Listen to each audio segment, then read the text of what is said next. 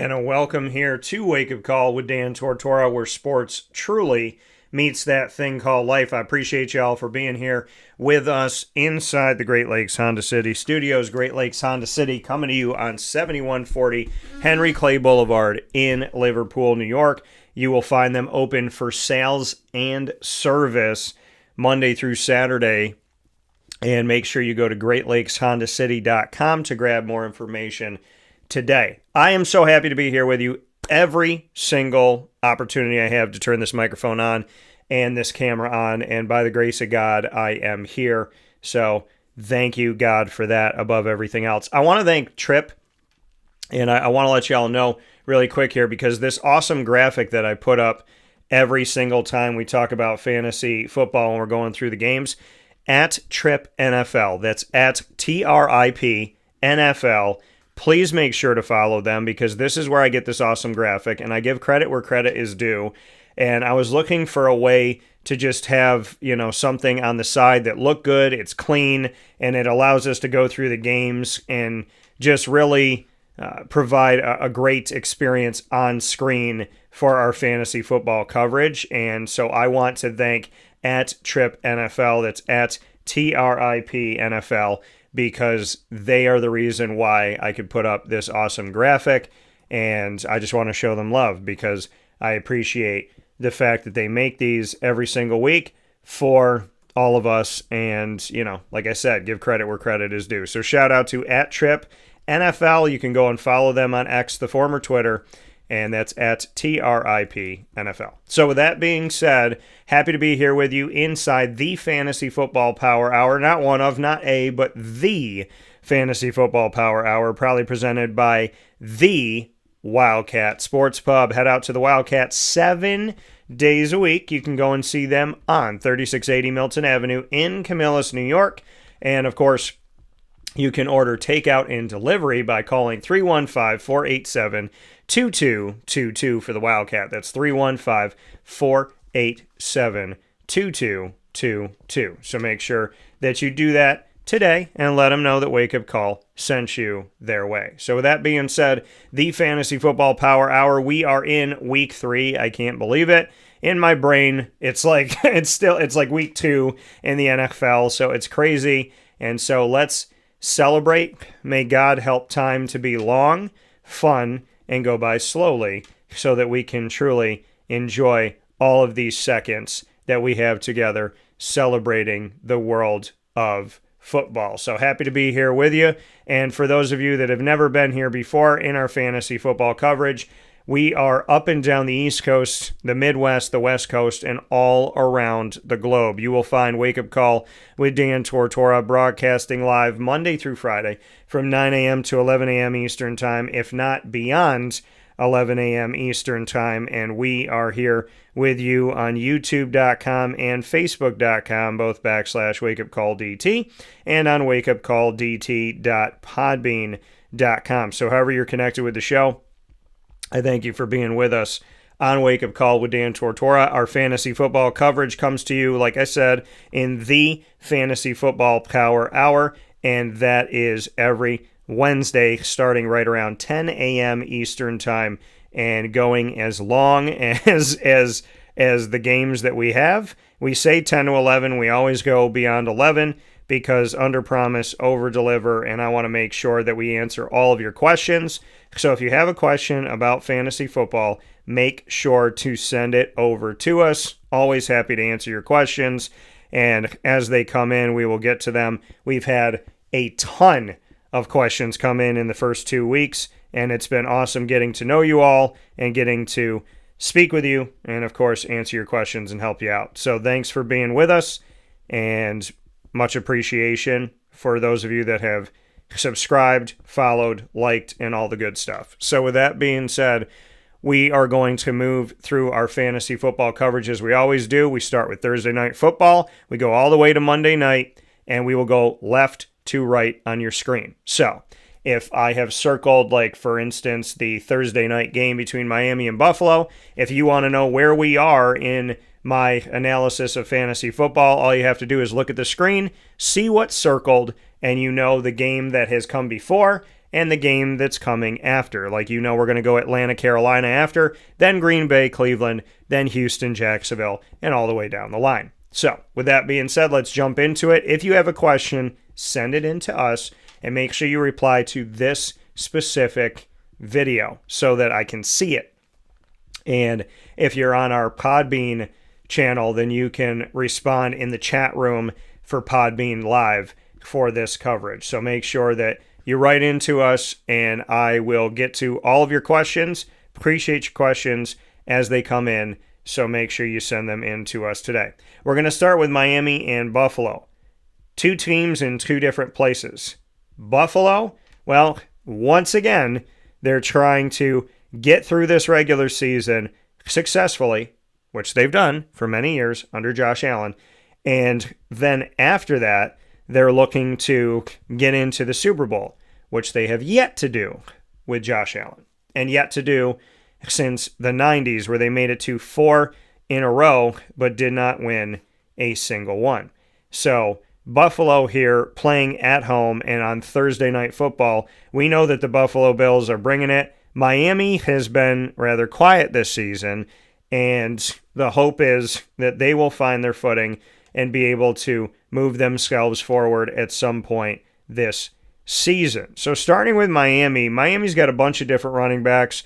You know that. I know that. They got a bunch of different guys that they'll put out there. So the question always becomes, who do you trust when it comes to this Miami Dolphins team? Who are you going for? Who's the guy that's going to be the dominant person? And to answer that question, I don't know if they necessarily have one.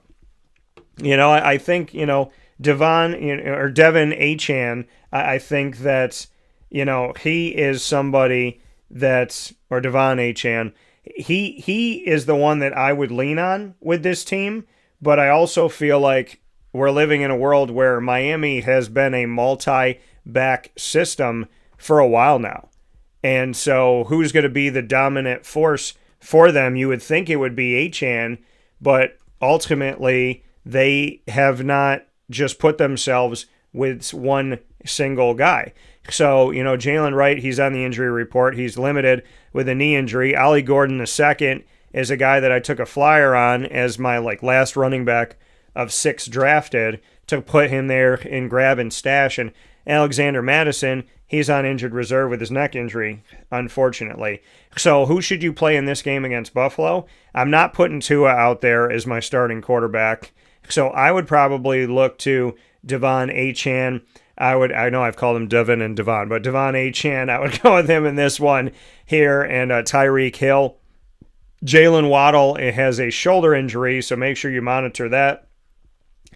And unfortunately, Darren Waller, who came out of retirement, he has a hip injury right now. So hopefully they'll be okay. But the Dolphins, I tell you to play, are Achane and Tyreek Hill in this moment in time. On the other side, for the Buffalo Bills, there's a lot of people to put out there for Buffalo. They're playing at home. They know what it's like to play under the lights here when they are in prime time. And so for the Buffalo Bills, I don't have to tell you, but I'll tell you, Josh Allen is worth the play. James Cook is worth the play. I don't trust Miami's defense, so I like Keon Coleman in this game. I'm going to call him a wide receiver 2. I'm going to call Khalil Shakir a wide receiver 2. And Dalton, I think Shakir is going to have a good night in this game. And then I like Dalton Kincaid as a tight end 1. So make sure you're putting a bunch of your Buffalo Bills out in this matchup. And like I said, as the questions come in, if we've already passed the matchup, we can still talk about it, because I can go back to it and address whatever questions you have. The next one we have up here is going to bring us to Carolina, to Charlotte, North Carolina. And just to let you know really quick, you can find Wake Up Call with Dan Tortora on Amazon Music, Audible, iHeartRadio, iTunes, and Apple Podcasts, Player FM, Podbean, Podchaser.com, Podvine, Spotify, TuneIn, and YouTube. All you have to do is search Wake Up Call with Dan Tortora, or one word, Wake Up Call DT. So make sure you reach out to us on any one of these outlets, and make sure that you like, follow, subscribe, do all that good stuff so that you never miss a broadcast again. And like I said, any questions that come in, we're happy to answer those questions as they come in to the show in the Fantasy Football Power Hour, proudly presented by the Wildcat Sports Pub. So Atlanta at Carolina. Now, Atlanta, I understand, this is a team where people have been saying, when are they going to get going? When are they going to be a good team? And I told you I told you last year that I like Michael Penix Jr. I told you that. I said it's going to take him some time, and I didn't think he was going to be the outright starter. I thought he would play at some point last year, which he did. And Kirk Cousins was the guy they started with, and they finished with Michael Penix Jr. But coming into this season as a starter for the first time ever in the NFL, my thought to you was, hey, this is the guy that I think is going to ignite this offense. Now, they lost to the Buccaneers, and then they defeated the Vikings on the road 22-6. And Michael Penix was 13 of 21. Of course he was. It's my grandfather's number and my number, and God brings that into my life pretty much on the daily, and I can't thank him enough for letting me know that he's there. So I love you, God, and I love you, Pop. So 135 yards, no touchdowns, no interceptions. Bijan Robinson, 22 carries, 143 yards, 6.5 yards a carry. Tyler Algier got involved again. I love what I don't know if I could say again enough, because when it comes to Michael Penix Jr. and me saying I think he's going to ignite this offense, Bij is doing his thing. Algier's doing his thing.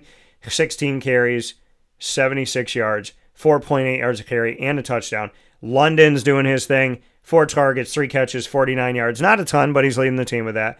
Kyle Pitts Sr., 5 targets, 4 catches, 37 yards. So in PPR, at least they're getting out there and getting catches. Bijan had 3 catches on 5 targets. Darnell Mooney, 2 catches on 4 targets. Algier caught the only pass thrown to him out of the backfield. So in this game, they're playing Carolina. I don't think Carolina's defense is scary at all. So I actually like Michael Penix Jr. in this game. Depending on what quarterbacks you have and how deep your league is, I'm going to call Michael Penix Jr. I think he's going to get some points in this game. He's gotten points in the first couple weeks. I know he didn't throw a touchdown last week, but I'm going to call Michael Penix Jr. a low-end 1, high-end 2 at quarterback, but I like his matchup, which makes him a little bit higher of a quarterback pick for fantasy football this week. I like Bij, I like Tyler Algier, I like Drake London, and I like Kyle Pitts. And I feel like as long as these guys still stay healthy, which God willing they will, I like to continue to say them week in and week out because, again, and saying the word again, I'm going to tell you that I really do believe that Michael Penix is that awesome match that was needed to ignite this offense. They needed to have a quarterback to get out to these guys. How many years have we said, when is Kyle Pitts going to get going, coming out of Florida, go Gators? And just, we never really saw him consistently in fantasy. And now we're starting in these first couple weeks to see him more. Drake London, right? High draft pick. When are we going to see Drake London get going?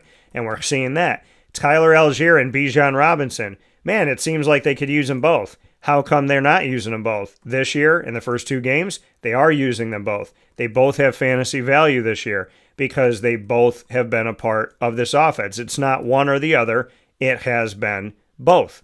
So as of right now, if these first couple weeks are any indicator of where we're going with this offense, Michael Penix Jr. is a guy that I believed in coming onto the team from being with the Washington Huskies, and I continue to feel that he is going to have a good career. He is going to ignite this offense. I don't know how good Atlanta's going to be because they got to put 3 phases together, but I do believe in Michael Penix Jr., and I believe that he is that match to light this offense and finally get it going so we can have something to consistently watch. So I like what they're doing. On the other side with Carolina, Chuba Hubbard, hey, listen, I mean, when you look at Chuba, now, I was somebody who thought that Chuba Hubbard was going to be utilized in the offense at Carolina years ago when he first came into the league, and it's taken some time. Now, Carolina's 0-2, but at least they fought against Arizona on the road, and at least they got within one score. 27-22, they lost that game. Now, Chuba was 10 for 38, 3.8 yards a carry, and Chuba out of the backfield caught 5 of the 6 balls that were thrown his way. Teteroa McMillan, who a lot of people are high on, which I was high on him going into the college season last year when he was an Arizona Wildcat, he had, in his second game ever in the NFL, 10 targets from Bryce Young, 6 catches, and 100 yards. So I like Tetero and McMillan in this matchup. And Chuba, I'm going to call Chuba a running back 3. I would tell you to flex him out. I'm not going to call him a 1. Probably not going to call him a 2 this week. I'll call him a running back 3. But I really like Tetero and McMillan. And Jatavian Sanders at tight end, targeted 9 times, caught 7 passes. Hunter Renfrow, Mr. Hands. I know Renfrow from college and covering his team in Clemson and covering Clemson for over a decade now. So he had 9 targets, 7 catches from Bryce Young. So Bryce Young's getting the ball out there. Listen, there was 35 receptions on the team and 328 yards and 3 touchdowns in that Carolina loss on the road on the West Coast to Arizona. That East Coast, West Coast, which is hard for teams, to have to go east to west, west to east. And in my opinion, I think it's harder for the teams to go east to west.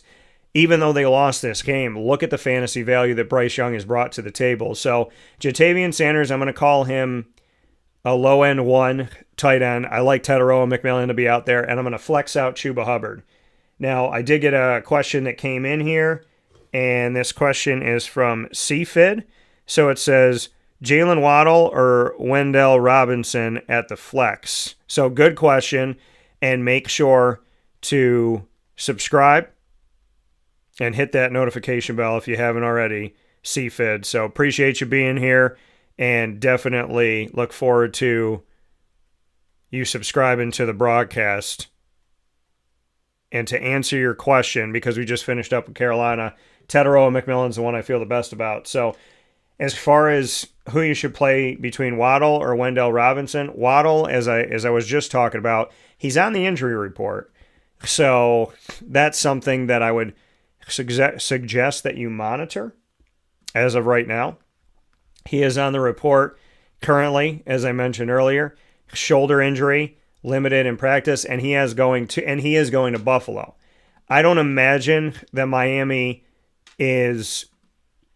I don't see Waddle having like a crazy performance. Here's the thing.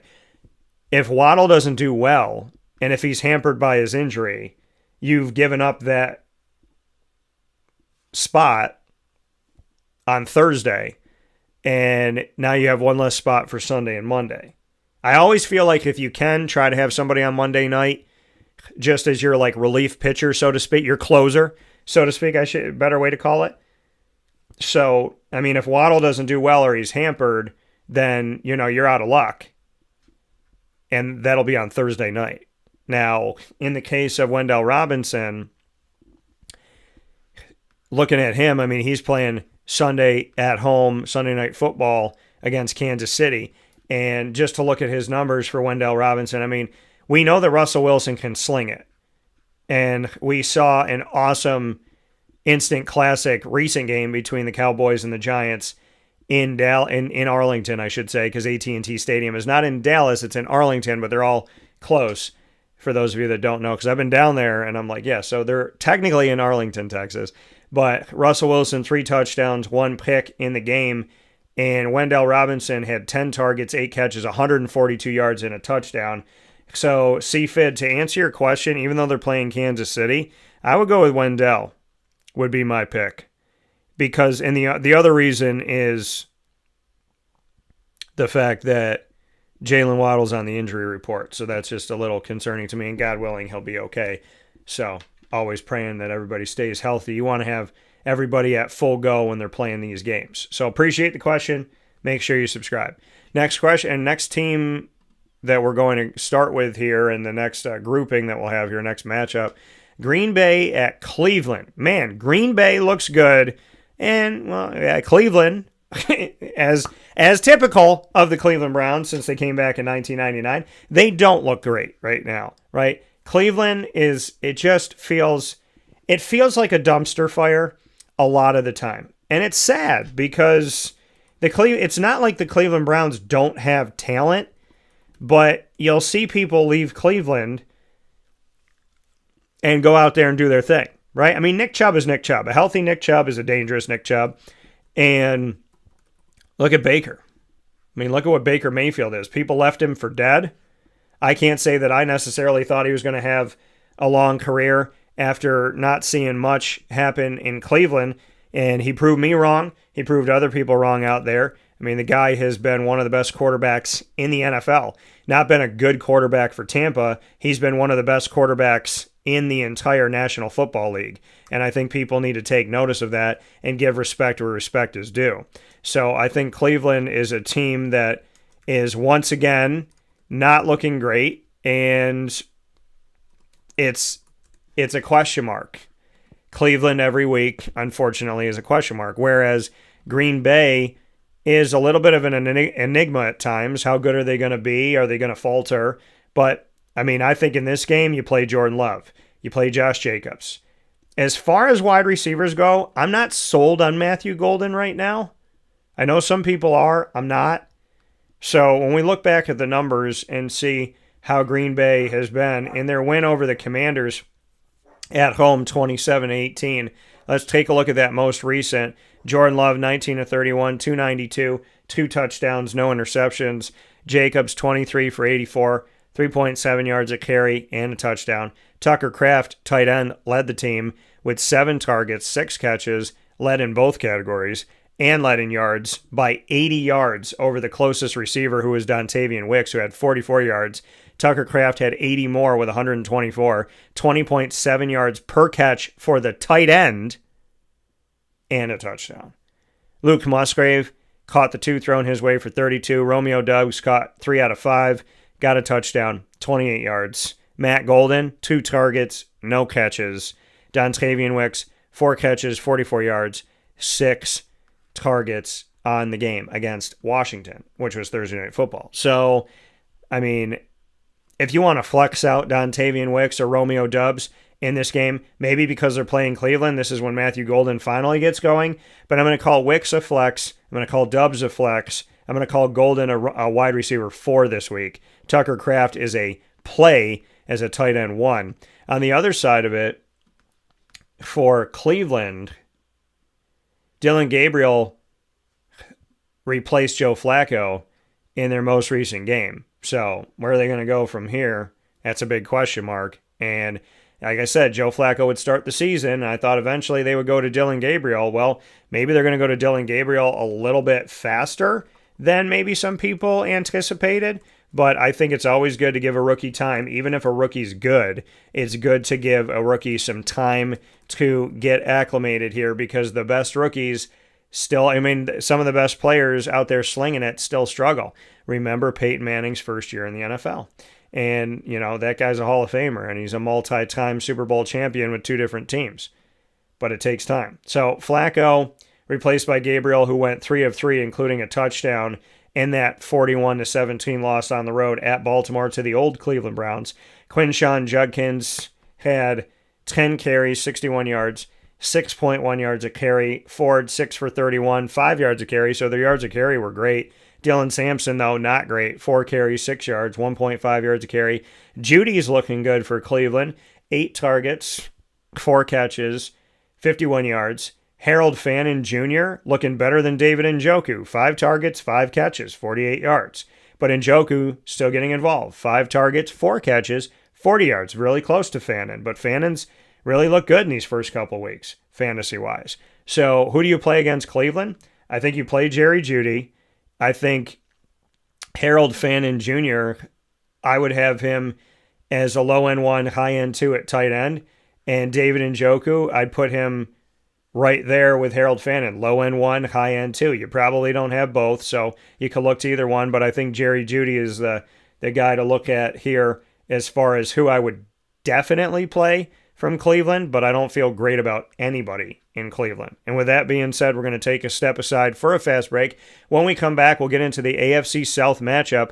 Houston is traveling to Duval, and they'll be in Jacksonville for their matchup, the Texans at the Jaguars. Coming up next in the Fantasy Football Power Hour, it's NFL Week 3 in the 2025-26 season, proudly presented by the Wildcat Sports Pub. And, of course, you can watch all the games at the Wildcat throughout the week. And many thanks for being inside of the Great Lakes Honda City Studios. We'll be back on Wake Up Call right after this.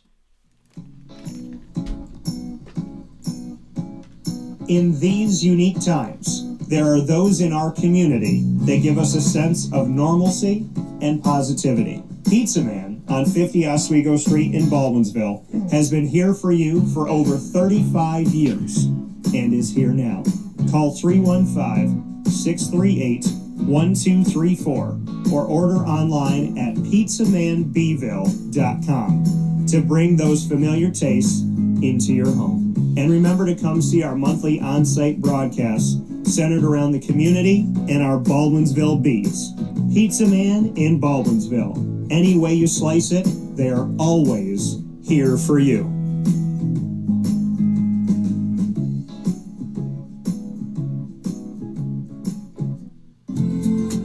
Looking for your next ride? Look no further than Great Lakes Honda City, located on 7140 Henry Clay Boulevard in Liverpool, New York. Serving our community for decades, their new and pre-owned vast array of vehicles are available to you Monday through Saturday on site. To search from home, shop at GreatLakesHondaCity.com.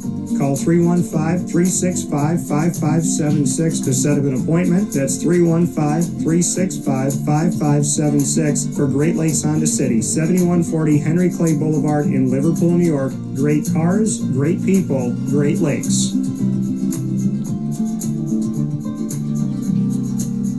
All right, you need to come out here and get yourself the Brooklyn Pickle. I was talking about this with one of my buddies. I was like, yo, there's no better sandwich in the state of New York than the Brooklyn Pickle. And now that I found out that they're going down to North Carolina, we are taking over your taste buds everywhere you are, wherever you're going to be. You need to get yourself out to the Brooklyn Pickle. Pinehurst, you just realized that you found yourself the best sandwich shop that you're ever going to have. This is a glorious moment. It's a blessing to your community. You're welcome. Brooklyn in the house, baby. Go over to the Brooklyn Pickle. You already know what it is. You heard the man. Head to Brooklyn Pickle Pinehurst on 1788 Old Morgantown Road in Southern Pines, North Carolina.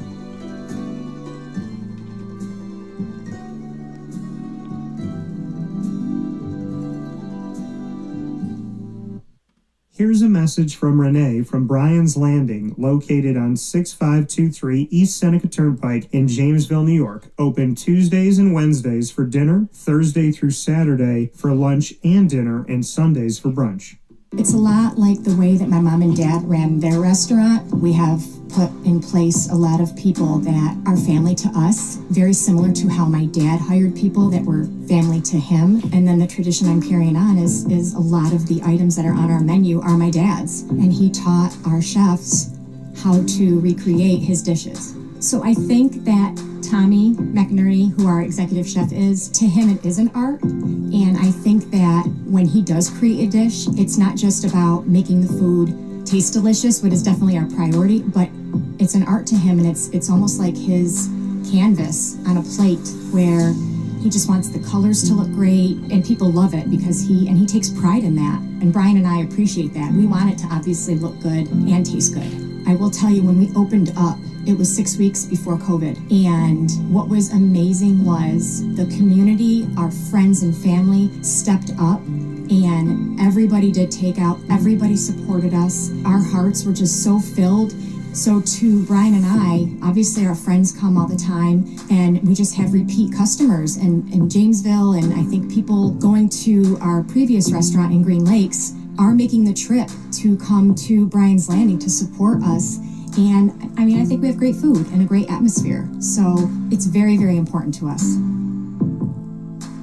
Head to Bryan's Landing, located on 6523 East Seneca Turnpike in Jamesville, New York, where memories have become recipes that are now meals to share with you. Tuesdays and Wednesdays for dinner, Thursday through Saturday for lunch and dinner, and on Sundays for brunch.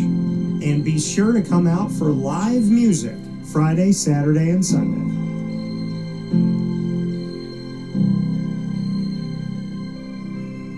Life gets busy, and sometimes that means us running around. So Canine Camp Dog Daycare offers you an opportunity to give your dog a place to stay while you take care of what you need to throughout the day. Canine Camp Dog Daycare is located on 228 Old Bridge Street in East Syracuse, New York. You can see it from the highway, and it's just off of Erie Boulevard across from BJ's Wholesale Club.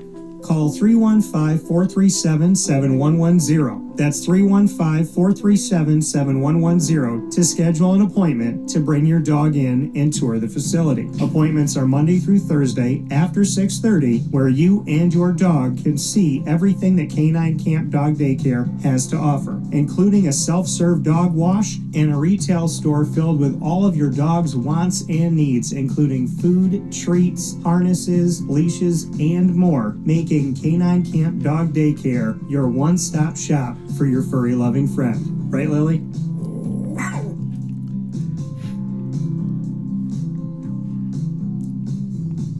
And a welcome back here to Wake Up Call with Dan Tortora, where sports truly meets that thing called life. Happy to be here with you inside of the Great Lakes Honda City Studios. And, of course, the Fantasy Football Power Hour, not one of, not a, but the Fantasy Football Power Hour.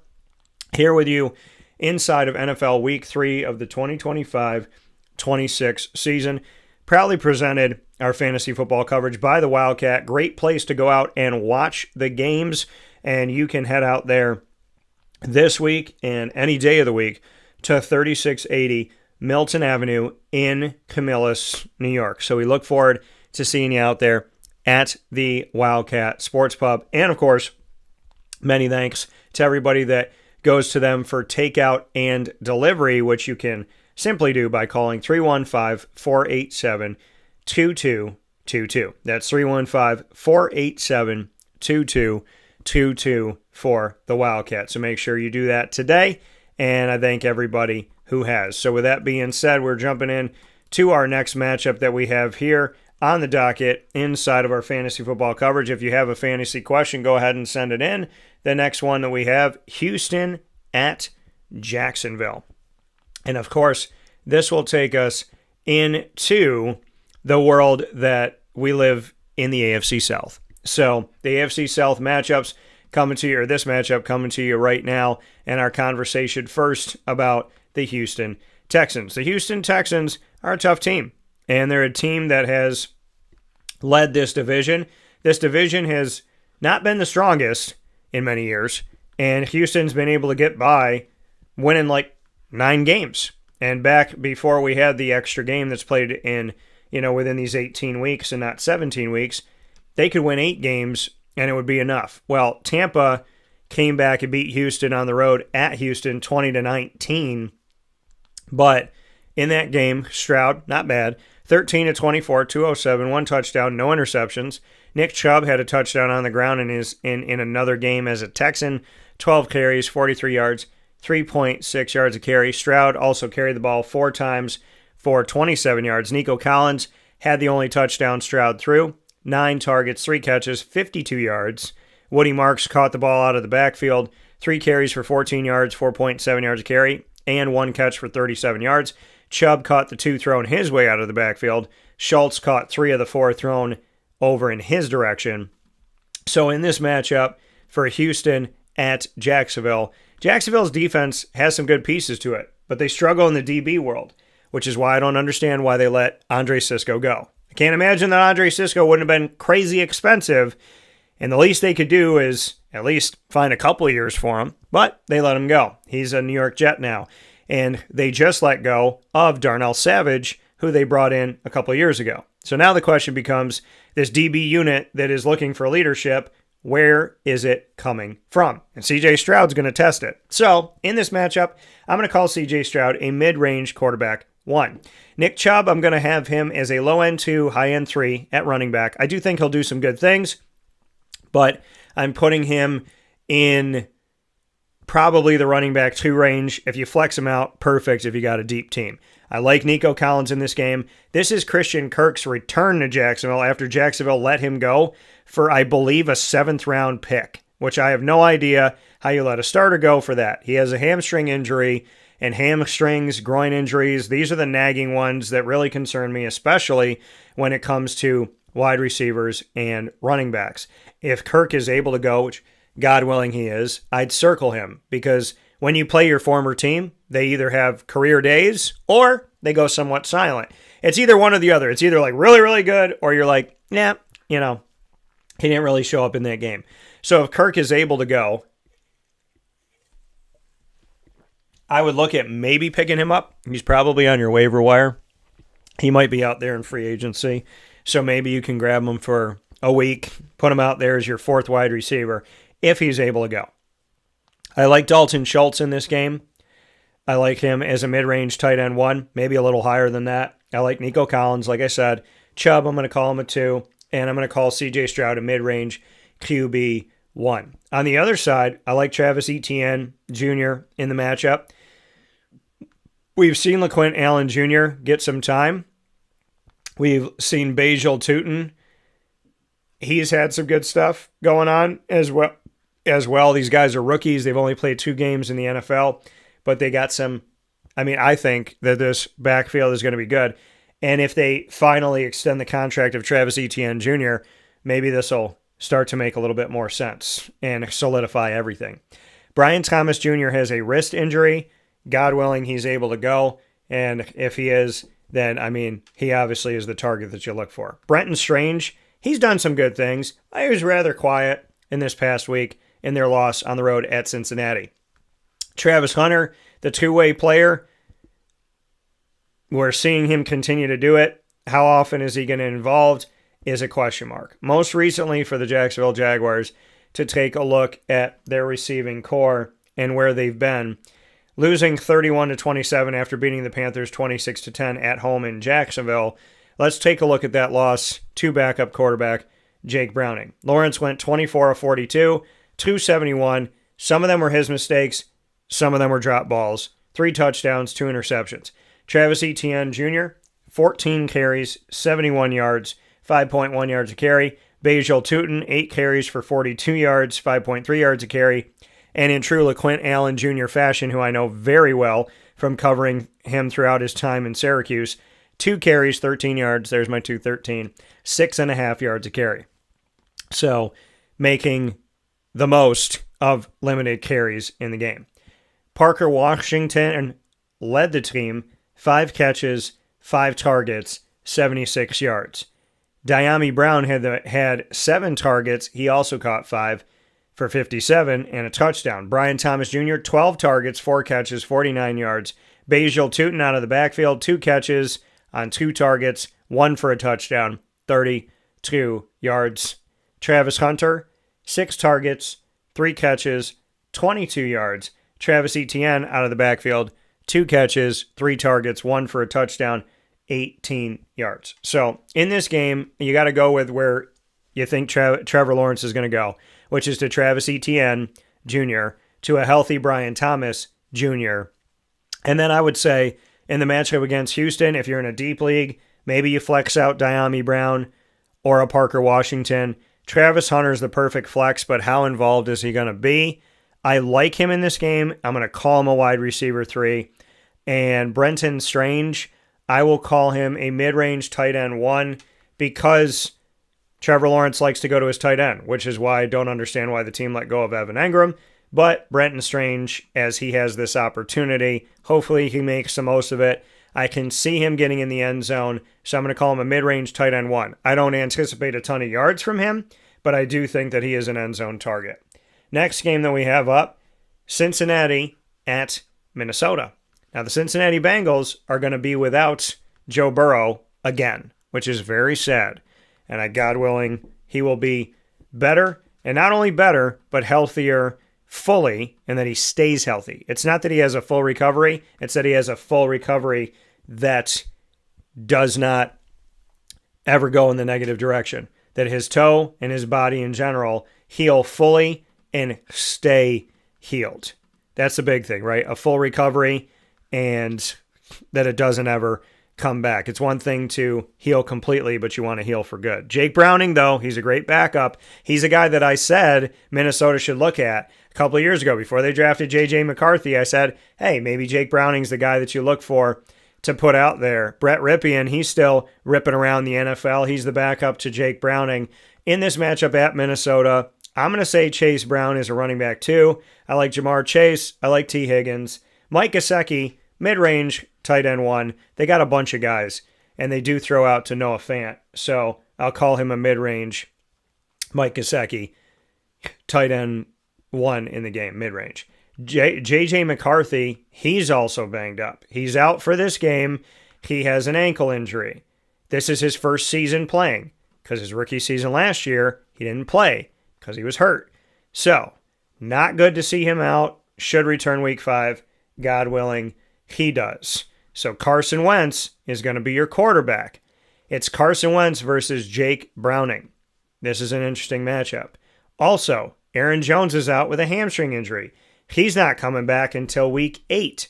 God willing, he'll be okay. CJ Ham, his injured reserve has him out until week 5 at fullback. So, look for Carson Wentz to sling it. Look for him to go to Justin Jefferson's way and maybe Adam Thielen. Remember, every quarterback has their guy. Justin Jefferson's a guy that you would imagine everyone will go to. But maybe this is the day that Adam Thielen wakes up. Maybe Jalen Nailor gets some work. So Nailor, maybe he's a flex for you this week. Maybe Thielen's a flex for you this week. TJ Hawkinson is worth the play. Justin Jefferson is worth the play. I tell you, backup quarterbacks will run the ball and look to their tight end, right? But I think Carson Wentz is going to sling it because he's not a true backup. He knows what it's like to be a starter. He was the number 2 overall pick a few years back when Jared Goff went number 1. So, look for Jordan Mason to maybe be a running back 2 for you or a flex out this week. Jalen Nailor and Adam Thielen to flex out at wide receiver. And Hawkinson and Jefferson to be your plays as Carson Wentz takes over as quarterback. Sad to see that this is not Joe Burrow versus J.J. McCarthy, but happy to see the opportunity for Jake Browning as well as Carson Wentz. Next game that we have up, and if you have questions, make sure that you send them in. We've had a flood over these last couple weeks, and so we'll see what we get today. Pittsburgh Steelers at the New England Patriots. Let's go into this matchup. Aaron Rodgers up against New England on the road in Foxborough. So, first and foremost, let's take a look at New England. And, well, I always do the road team first, but hear me out here. New England's defense. New England's allowed 20 points, and they've allowed 27 points. So they are allowing some points here. And they beat the Dolphins on the road in Miami. However, the Dolphins, who scored 8 in week 1 on the road in Indy, at home scored 27 against New England's defense. Tua, 26 of 32, 315, 2 touchdowns, 1 interception. New England shut down the rushing attack. They only allowed 61 yards on 15 carries, no rushing touchdowns. Achane, 11 for 30, 2.7 yards a carry. Malik Washington, 3 for 23, 7.7 yards a carry. Ollie Gordon had 1 carry for 8 yards.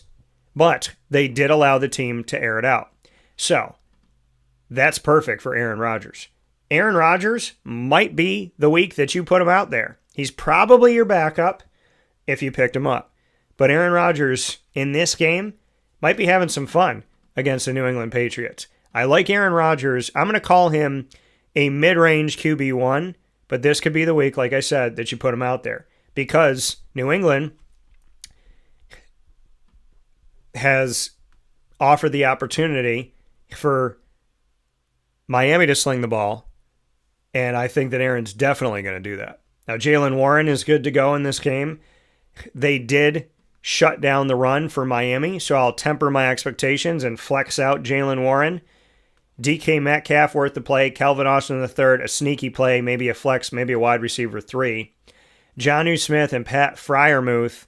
The thing is, these guys are getting touches and they're getting opportunities, right? But who's the guy?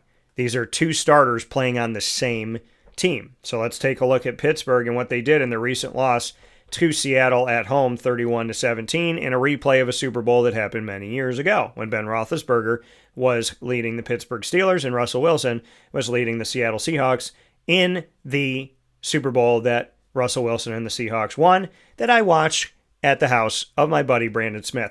Shout out B, and I know you love your Chiefs, so I'll do this for you and only you today. Oh, that's for you, Brandon. So, looking at this, Jaylen Warren led the way in a Pittsburgh loss the past week, catching the ball 4 targets, 4 catches, 86 yards. The Muth, 4 targets, 3 catches, 31. Jonnu, 4 catches, 4 targets, 27. Calvin Austin III, 4 targets, 1 catch, 22. DK, 6 targets, 3 catches, 20. 1 touchdown. Gainwell, out of the backfield, 3 catches, 5 targets, 16 yards. So we know that Aaron is being pretty fair here. 4 targets to Jalen Warren, 4 to Freiermuth, 4 to Jonnu Smith, 4 to Kelvin Austin III, 6 to DK Metcalf, 5 to Kenneth Gainwell. He's spreading the ball out, giving everybody an opportunity. Gainwell, 14 carries, 48 yards, 3.4. Gainwell, 5 for 20, 4 yards a carry. So, Caleb Johnson, not getting much, 1 carry, 1 yard. So, in this game, I'm going to tell you, Aaron Rodgers, this might be the week to play him. And Kyle, I saw your question, so I'll get into it in a second. Now, he said, how about A.J. Brown? So, thoughts on A.J. Brown? Are you talking about how he did this past week? So let me know what you want to talk about in the A.J. Brown world. So for the Pittsburgh Steelers, Aaron Rodgers, this could be the week to put him out there. And at New England, I do like Aaron as a QB1. I won't call him a high. I'll call him a mid. Jalen Warren as a flex. DK, I like in this game. Kelvin Austin III, I like as a sneaky flex. Like I said, a wide receiver 3. Jonnu and Pat Freiermuth, it's a toss-up between the two. They both got 4 targets in the last game. So this is up to you. I would say if you have either one of these tight ends, because you probably don't have both of them, I would tell you mid-range. I don't expect a ton out of them, but Aaron does spread the ball around. And PPR, it's good to know if you got a tight end, a wide receiver, or a running back on the Steelers in a PPR league, because Aaron is giving people a lot of even opportunities. 4 to 6 targets for multiple players this past week. On the other side, I don't think you're playing Drake May in this game. As far as the backfield goes for the New England Patriots and how they've done here in the win over the Dolphins, we take a look at how they did. Travion Henderson, the rookie, 3 carries, 10 yards, 3.3. Drake May had a touchdown on the ground, 10 carries, 31 yards, 3.1. Ramondre, 11 carries, 54 yards, 4.9 yards a carry, respectable. Antonio Gibson, coming over from the Commanders, 5 carries, 27 yards, 5.4 yards a carry. But Ramondre Stevenson, not only 11 carries, 5 targets, 5 catches, 88 yards out of the backfield. Austin Hooper, he had 3 targets, 3 catches, 38. Diggsy, 5 targets, 4 catches, 32. Travion, 2 catches on 2 targets out of the backfield, 30 yards. And Kayshon Boutte had 1 touchdown on 1 catch on 1 target for 16 yards. Hunter Henry, 3 targets, 1 catch, 9 yards. So not much to write home about there. So Ramondre Stevenson, PPR, I think he's good to put out there in this game. Travion Henderson, deep team. I'd call him a running back 3 or 4 in a deep league. I don't trust Diggs. Kayshon's been doing a better job. So, I mean, if you want to put Kayshon out there as a flex, I'd put him as a wide receiver 4. And Austin Hooper, I'm going to call him a mid to low range tight end 1. I don't trust Hunter Henry in consistent fantasy points right now. So that would be my thought on that game. We're going to go into the Rams at the Eagles in a moment, but we had some thoughts that came in here. Kyle said, how about A.J. Brown? Just in general, moving forward, he's been a bust. So, Kyle, here's the thing. And we're talking about Philadelphia next here, so perfect segue, right? Good timing. Let's jump into what he's done. So as we take a look at the NFL and we take a look at A.J. Brown, the Philadelphia Eagles are 2-0 on the season, beat the Cowboys 24-20 at home, beat the Chiefs on the road 20-17 in a rematch of this past season's Super Bowl. A.J. Brown, so far, has... I mean, in PPR, he was targeted 8 times. He caught 5. So PPR, it helps. It definitely helps to look at it from that point of view. He had 1 target, 1 catch against the Cowboys. That was sad. But he had 5 catches on 8 targets the next week. He's yet to have a touchdown this season, but we're only 2 weeks in. So Kyle said,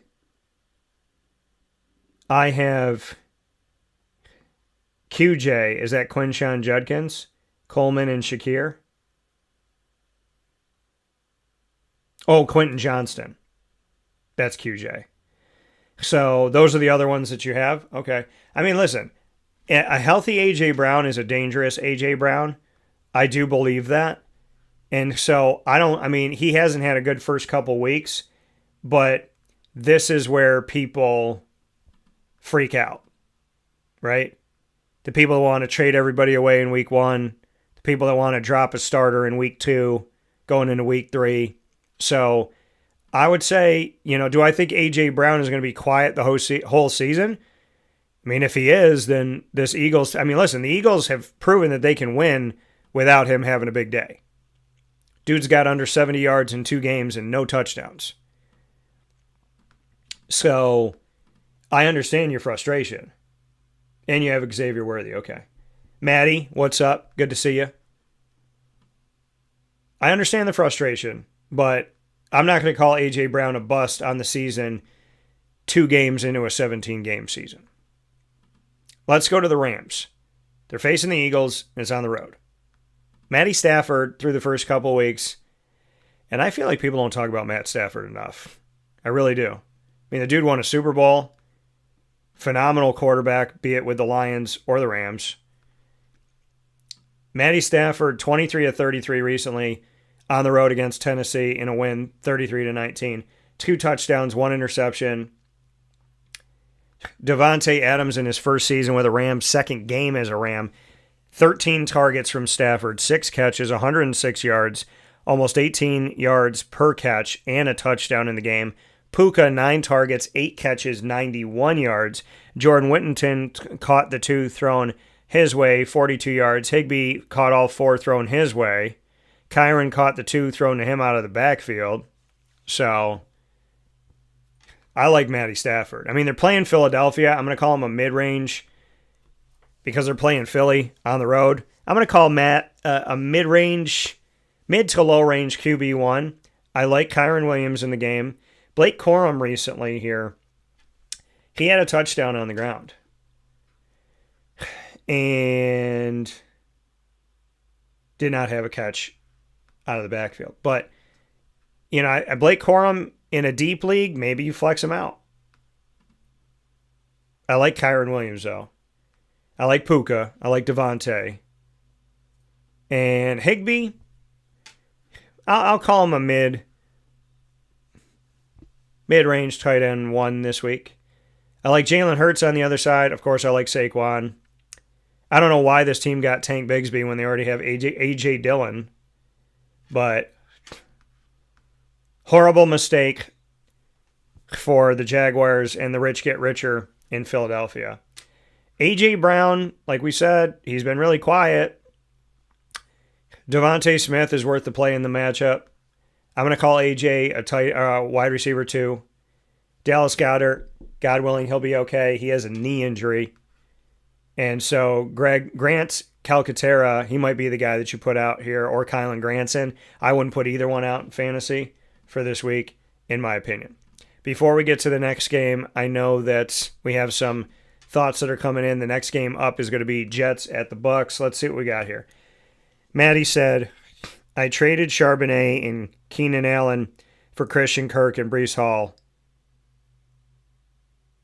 I don't like that trade. I do not like that trade. Do I drop Braylon Allen or Najee Harris? I need a quarterback because I have Jaden Daniels.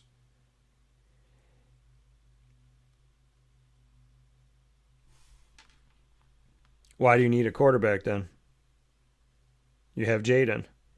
He said, someone said Mariota is a good pickup, but I might take Russell Wilson, but Stafford does look good. Maddie, send me your team. Send me what you got. And you're going to have to send it in pieces because I think it'll cut off. Like there's a certain amount that you can write on YouTube. But send me your team, Maddie, so I can take a look at this. You have Jaden Daniels. I don't know why you'd be out there dropping somebody to go find another quarterback, but send me the team. We'll work it out together. I always appreciate your questions, and I appreciate that you're loyal to coming to the channel. Always happy to help. So let's go Jets at Bucks after this fast break on Wake Up Call with Dan Tortora, We'll get Maddie's team in here, hopefully, on the feed. And if you have a question, send it to us. We are on a bunch of different live feeds all around the world. YouTube.com/WakeUpCallDT, Facebook.com/WakeUpCallDT, and live internet streaming radio, WakeUpCallDT.podbean.com, which is also where you'll find over 1,900 Wake Up Call episodes. We'll take a step aside inside the Great Lakes Honda City Studios. We'll be back with the Fantasy Football Power Hour right after this, proudly presented by the Wildcat Sports Pub. Antonio, got your question? Make sure to subscribe, and we'll be answering Antonio's question when we come back from the break, here where sports meets life. This is Jim Dispenza, owner of Game Point Sports Complex. You hear the same story across any sport that kids play and any sport that adults play. There's never enough places to play. That was definitely true with volleyball, definitely true with basketball. Could be cheerleading, it could be field hockey, which is what we're seeing now. Every sport has a lack of places to play, and I think Syracuse in particular is a place where it's really bad. Despite the fact that we've got a lot of athletic talent around here, we just seem to have not enough places for people to play, and they're going to different places. They're going to Rochester, they're going to, Buffalo. They're going all different places because we don't have a place here, and I felt like that should change.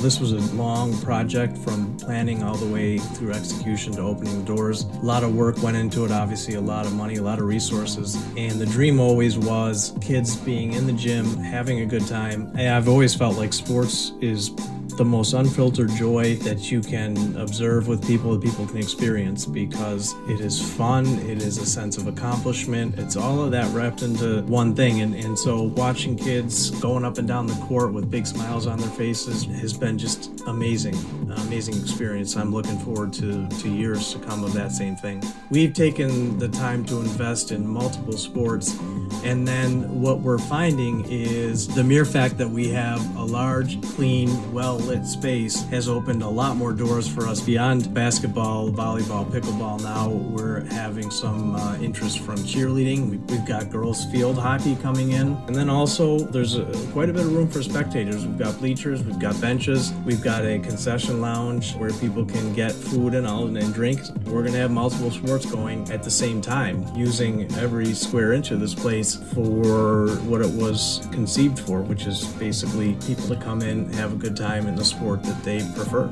We manage each situation differently. Everybody has different ability to afford different things. Some are bringing 10, 15 people, some are just 2 people. I've had a lot of situations where it's a father shooting around with his son, it's a mother playing pickleball with her daughter or with her son, and in those situations come up and we work with people, and that's allowed us to have groups from 2 people up to 30 people and have some flexible pricing behind it. We're an organization that is here to work with the community any way we can, and I guess part of it is just making sure that we have the flexibility to put together a plan that makes sense regardless of the size of your group. So in order to book time, the best option is to go to our website, gamepointsports-syr.com. You can click from there and sign up for events, sign up for your own particular training, sign up for birthday parties, all of that.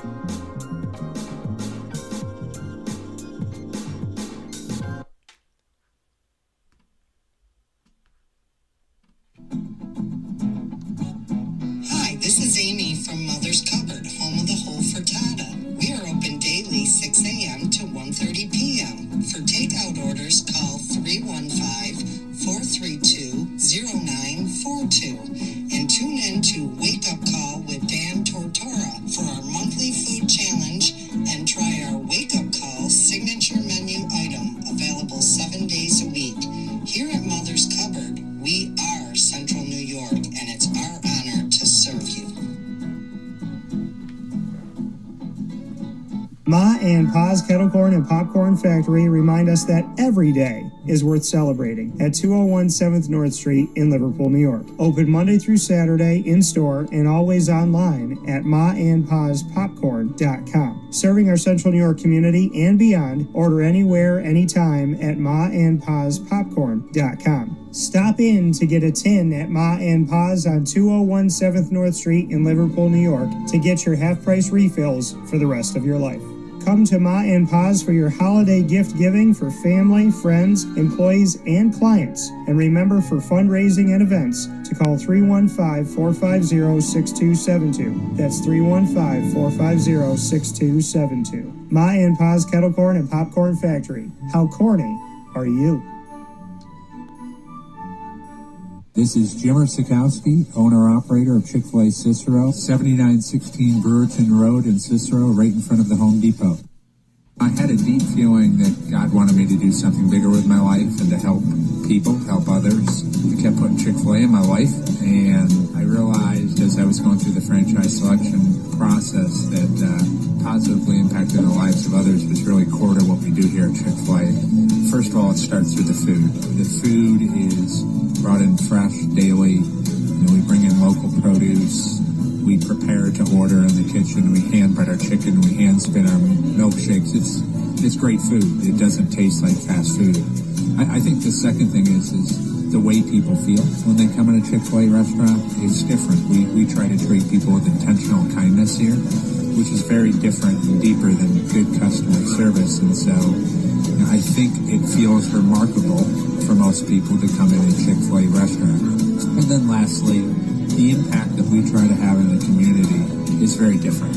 It's a big part of the expectation of every operator of a Chick-fil-A restaurant is that they're actively engaged in their community, they're a leader in the community, and they're making a difference. When they realize that what we're striving to do is to shine a little light in their life, that's a very, very different experience than you will have in any other quick service restaurant. And it's that remarkable experience that I think people will emotionally connect with.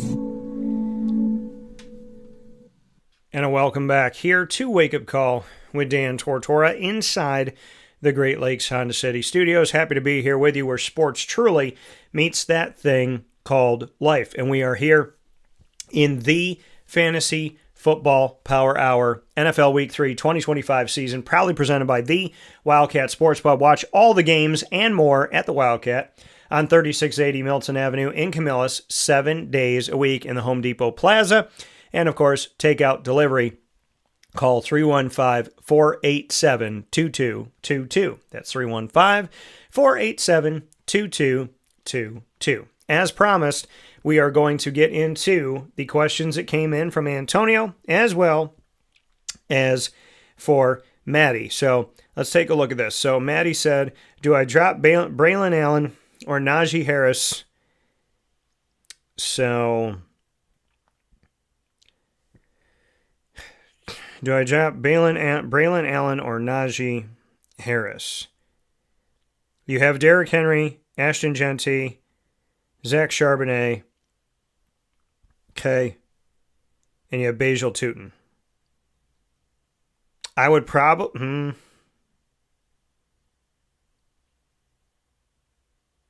I mean, I guess I would drop Najee Harris, but you want to pick up a quarterback, Maddie?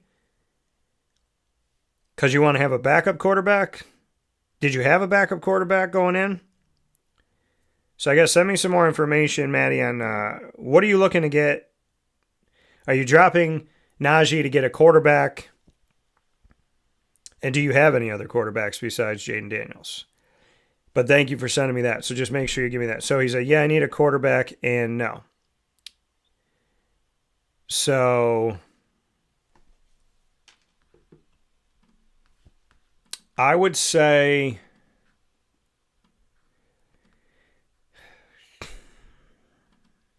Yeah, tell me what quarterbacks are out there. I know you gave me a couple, but let me know the best available. Because Jaden Daniels, he's questionable with a knee injury.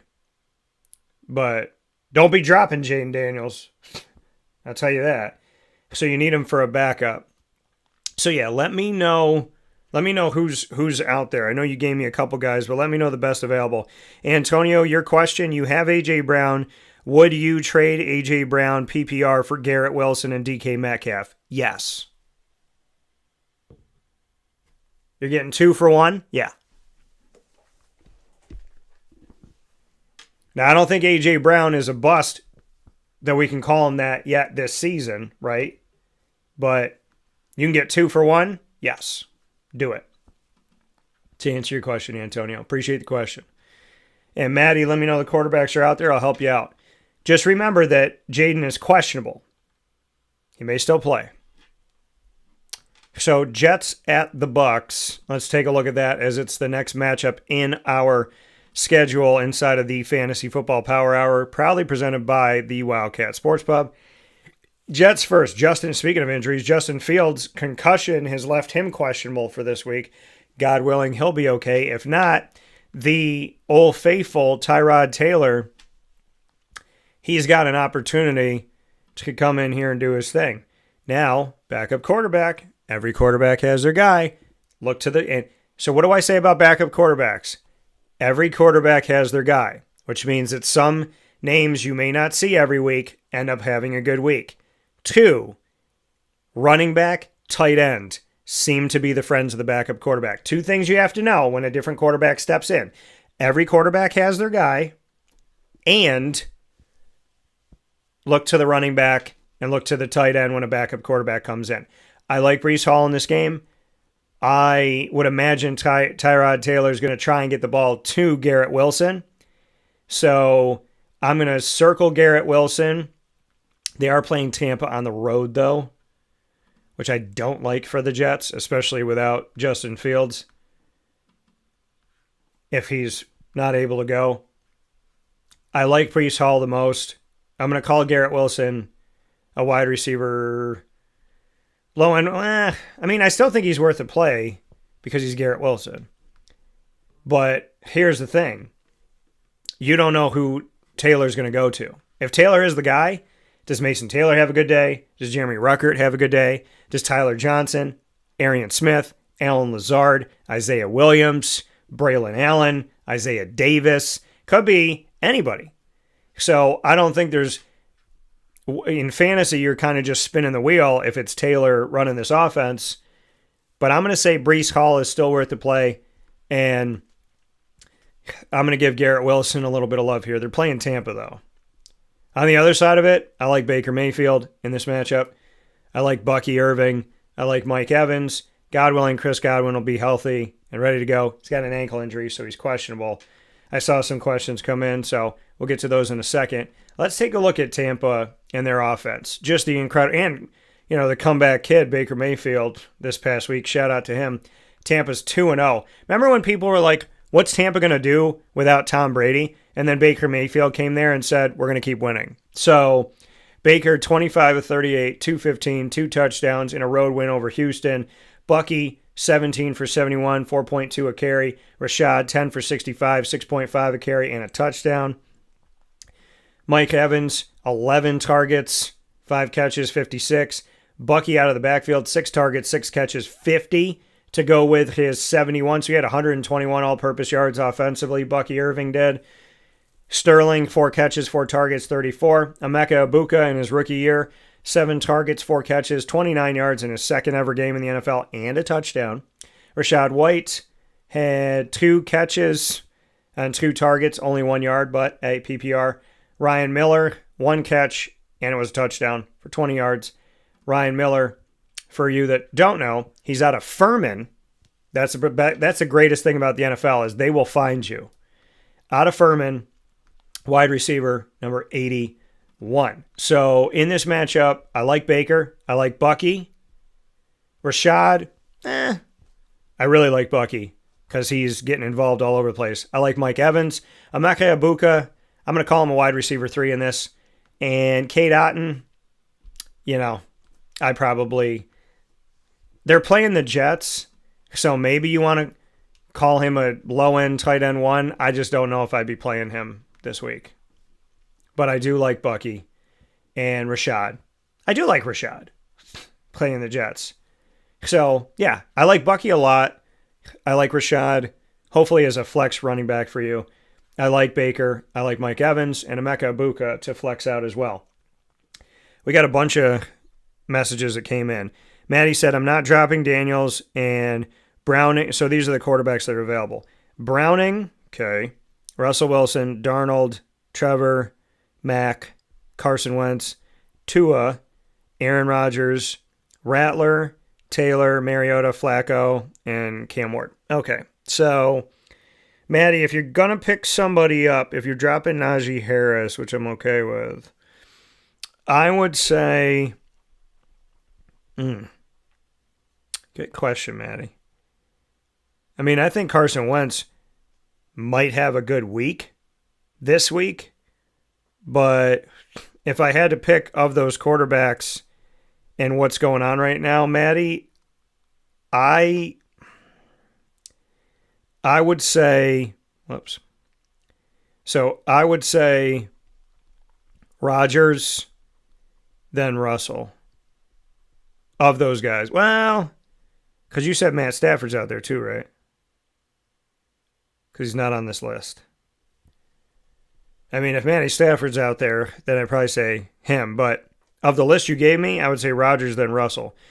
Brandon Duncan said, yo, y'all taking Genty for Adams and Javonte, or should I keep them?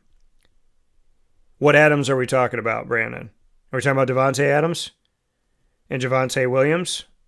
So make sure you send that over to me, Brandon, so that I know exactly who you're talking about. More information, always better. So I'll await to see what he has to say on that. Make sure, and Brandon, make sure you subscribe and hit that notification bell. Always appreciated. But yeah, let me know what Adams we're talking about here. Devin said Rodgers had 4 touchdowns against this secondary. This is going to be an air show. I agree with you, Devin. I agree with you, man. So, Devin, if you haven't already, which I think you may have, but make sure to subscribe and hit the notification bell as well. Devin said to Brandon, keep Genty unless your wide receiver room is in shambles. So, I think what he's saying is he has Adams and Javonte. He doesn't have Ashton Genty because he said, should I keep them? So, Brandon, let us know what side of the trade you're on. Do you have Adams and Javonte, and which Adams are you talking about? And then we can discuss that. But make sure y'all subscribe. Appreciate y'all for being here inside the Fantasy Football Power Hour. We do it every Wednesday. It starts right around 10 a.m. It is worldwide. It is Eastern time. And we run through every single game. We do it till it's done, until the questions are all answered. Proudly presented by the Wildcat Sports Pub. We're in the Great Lakes Honda City studios. Go to greatlakeshondacity.com for a sneak peek of their inventory. And make sure if you're going to buy or lease that you do it at Great Lakes Honda City, a place I've trusted for over a decade. So let's jump in to the next game, and I'll await some of your responses here from some things that we just talked about.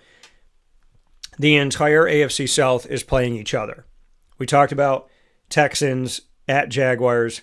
Now we have Colts at Titans.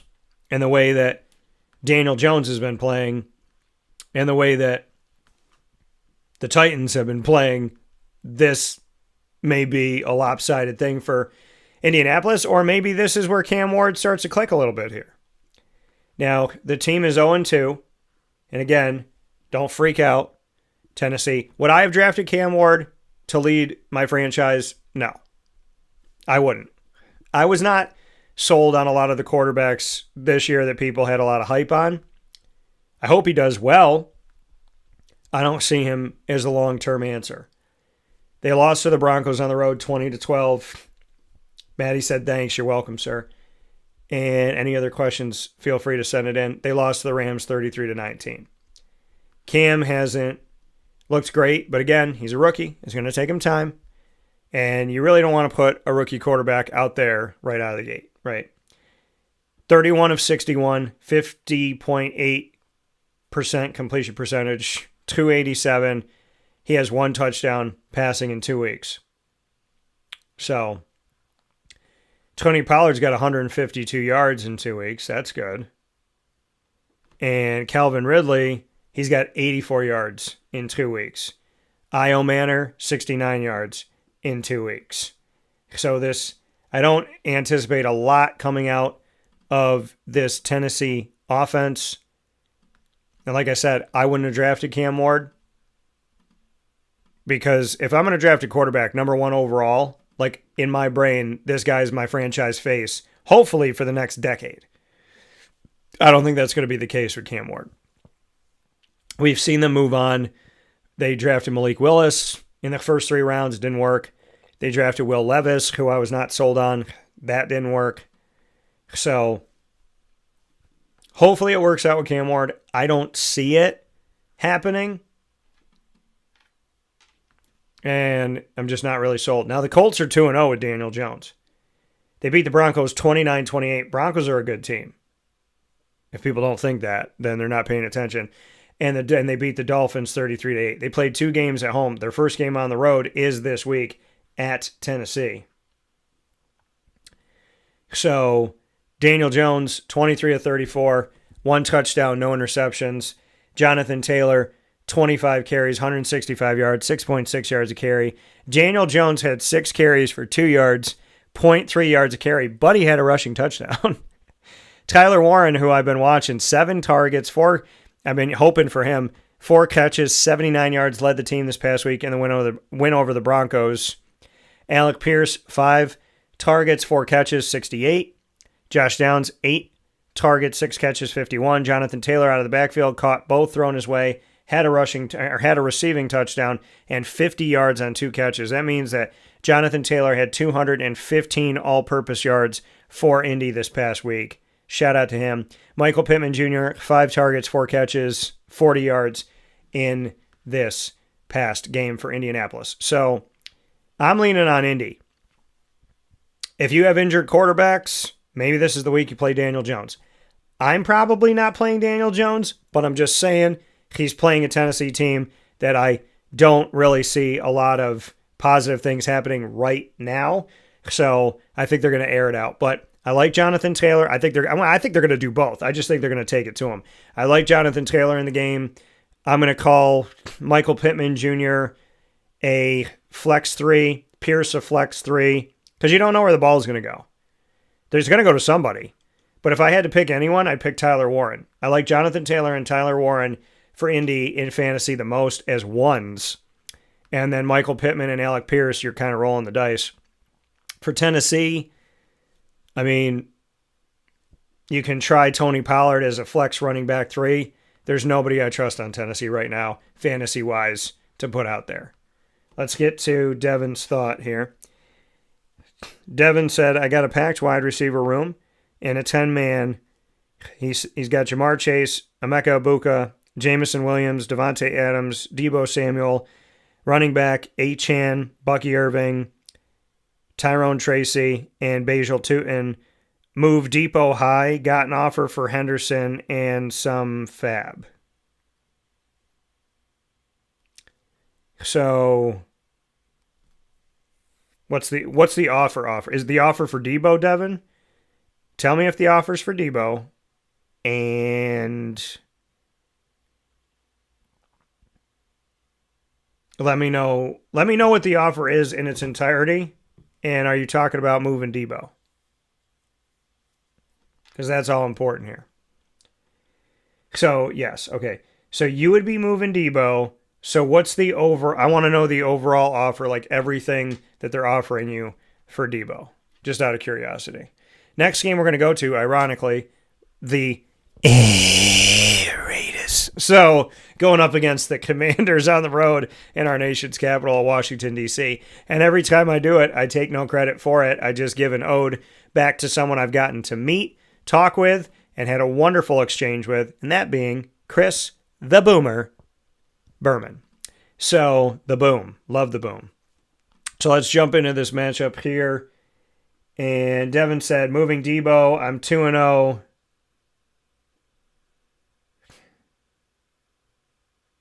$20 fab. Okay.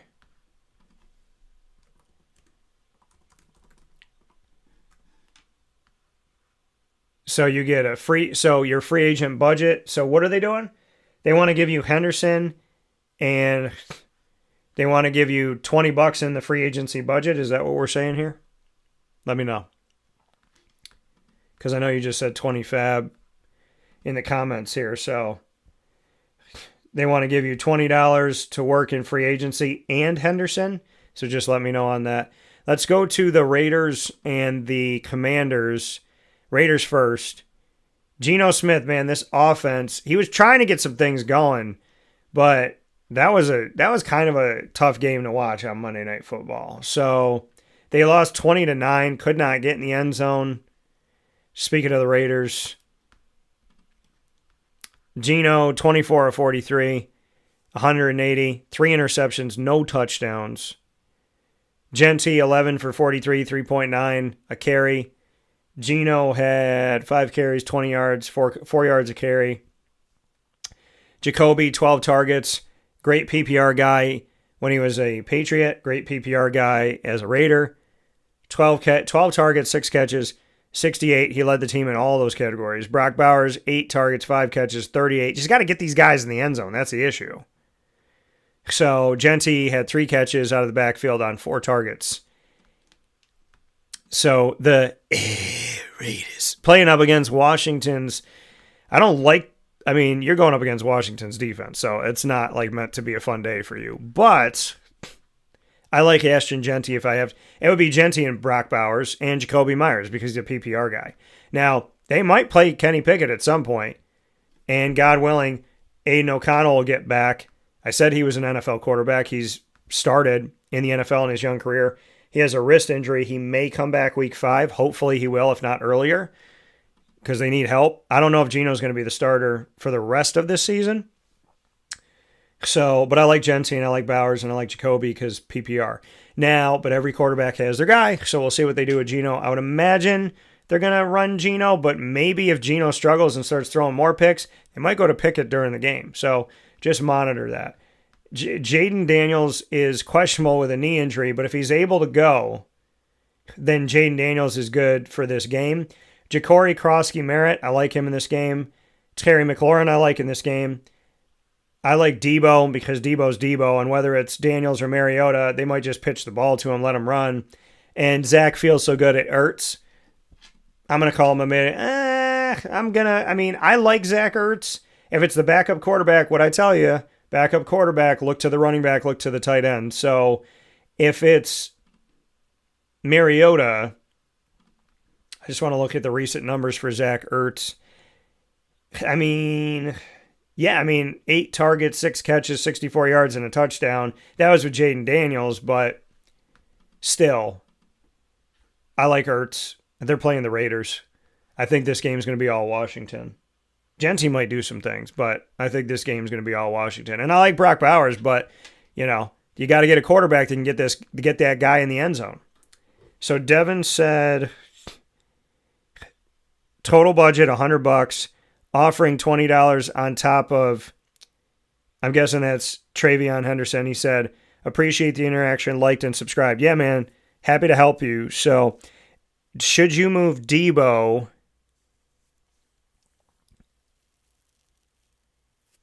to get $20 to work in fantasy, and I'm guessing Travion Henderson?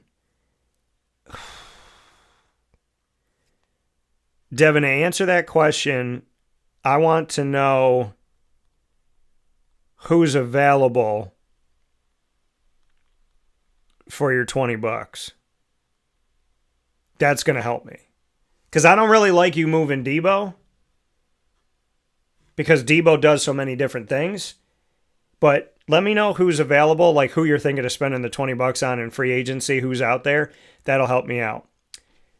Let's take a step aside. Let's take a fast break here on Wake Up Call with Dan Tortora inside the Great Lakes Honda City Studios. We are, of course, here in the Fantasy Football Power Hour. Not one of, not a, but the Fantasy Football Power Hour. NFL Week 3 2025-26 season.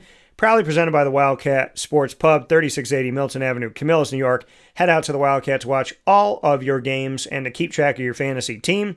3680 Milton Avenue in Camillus. And, of course, if you would like to go there for takeout or delivery, call 315-487-2222 for the Wildcat. That's 315-487-2222. We'll take a step aside inside the Great Lakes Honda City Studios. We'll be back right after this to address Devin and how he might be spending this money, as well as the next game, which is Denver at the Los Angeles Chargers inside of the AFC West division.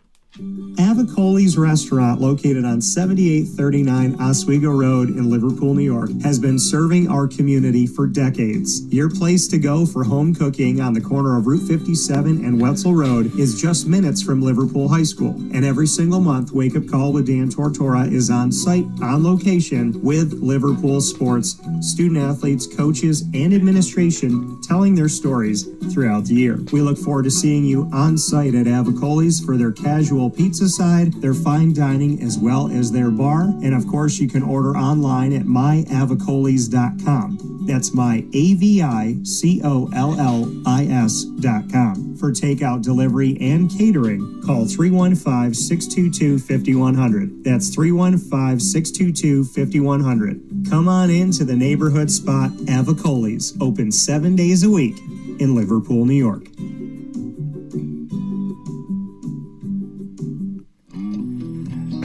K9 Campground Dog Boarding is your home away from home for your furry-loving friends. Open 7 days a week with drop-off and pickup times in the morning and later on in the day and early evening. K9 Campground Dog Boarding is the spot to trust with your dog for short and long-term stays. Call 315-299-4013 for more information. That's 315-299-4013, and go to k9campground.com as well. That's KAMP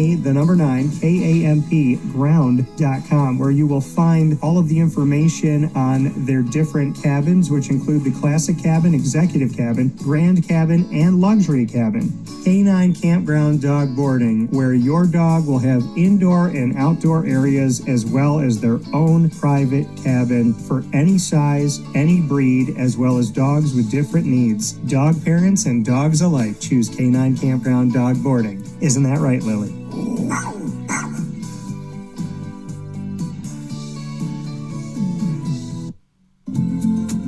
Looking for your next ride? Look no further than Great Lakes Honda City, located on 7140 Henry Clay Boulevard in Liverpool, New York. Serving our community for decades, their new and pre-owned vast array of vehicles are available to you Monday through Saturday on site. To search from home, shop at GreatLakesHondaCity.com. Call 315-365-5576 to set up an appointment. That's 315-365-5576 for Great Lakes Honda City, 7140 Henry Clay Boulevard in Liverpool, New York. Great cars, great people, Great Lakes.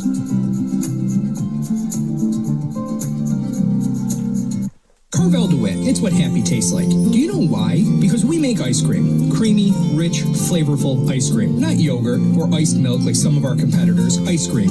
Fresh, by hand, daily. For the calorie conscious, we have something new for you. Our new Carvelite. Same great flavor, creaminess, and texture of our regular ice cream with only 35 calories an ounce. So whether you want an ice cream cake, flying saucer, dasher, carvelange, hard or soft ice cream, we will satisfy your craving with our fresh, handmade regular or new Carvelite ice cream. Carvel DeWitt. It's what happy tastes like. The Wildcat Sports Pub in Camillus, New York is located on 3680 Milton Avenue in the Home Depot Plaza. It is your family-friendly sports bar and restaurant. Folks, some sports bars aren't family-friendly. Some family-friendly restaurants are not sports bars. The Wildcat Sports Pub in Camillus, New York is proud to be both. It is that marriage that you've been looking for years. The Wildcat Sports Pub is your home base for your sports bar and restaurant needs, games for the kids, indoor and outdoor activities, and enough things on the menu to come back every single week and get to try something new. They're open Sundays from noon to 8 p.m., Monday through Wednesday, 11 a.m. to 11 p.m., and Thursday through Saturday from 11 a.m. to midnight. For reservations and party information, call 315-487-2222 for the Wildcat family-friendly sports pub and restaurant.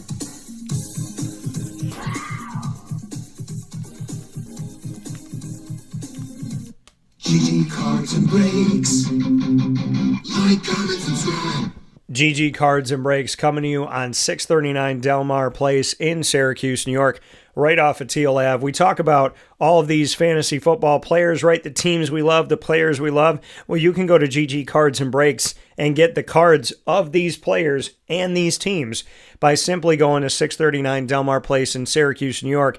And you can go there throughout the week, Tuesday through Saturday from 10 to 6, Sundays from 10 to 5. They are closed on Monday. So make sure you make your way over there. They have basketball, football, baseball, soccer, hockey. They also have the trading card world. They have the One Piece, as well as Magic the Gathering, Yu-Gi-Oh!, Pokemon, Disney Lorcana, and more while supplies last. Singles, graded cards, packs, boxes, new display cases, because they have so much product to share with you.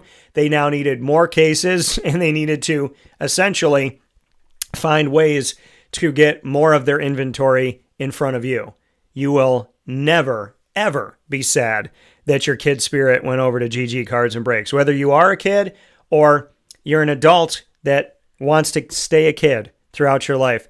We learned a lot from Peter Pan, right? And that Robin Williams movie, Hook. We learned a lot about keeping your kid's spirit and never losing that whimsy. Well, GG Cards and Breaks puts us in the world of our favorite characters, puts us in the world of our favorite players and teams, and you can go there and celebrate and enjoy it, open up packs and boxes, and have that fun every single week. 639 Delmar Place in Syracuse, New York. Make sure you head over there today. Appreciate y'all for doing it. With that being said, many thanks to Chick-fil-A DeWitt as well. Chick-fil-A DeWitt is on the corner of Bridge and Erie. You will find them there for you every day but Sunday. As you know, Chick-fil-A is closed on Sundays to honor the Lord. So make sure you go out to Megan Sorber and her team at Chick-fil-A on Bridge and Erie. You can't miss it. I went by it yesterday. Giant brick building, double drive-through, and it's so much more than simply a chicken sandwich.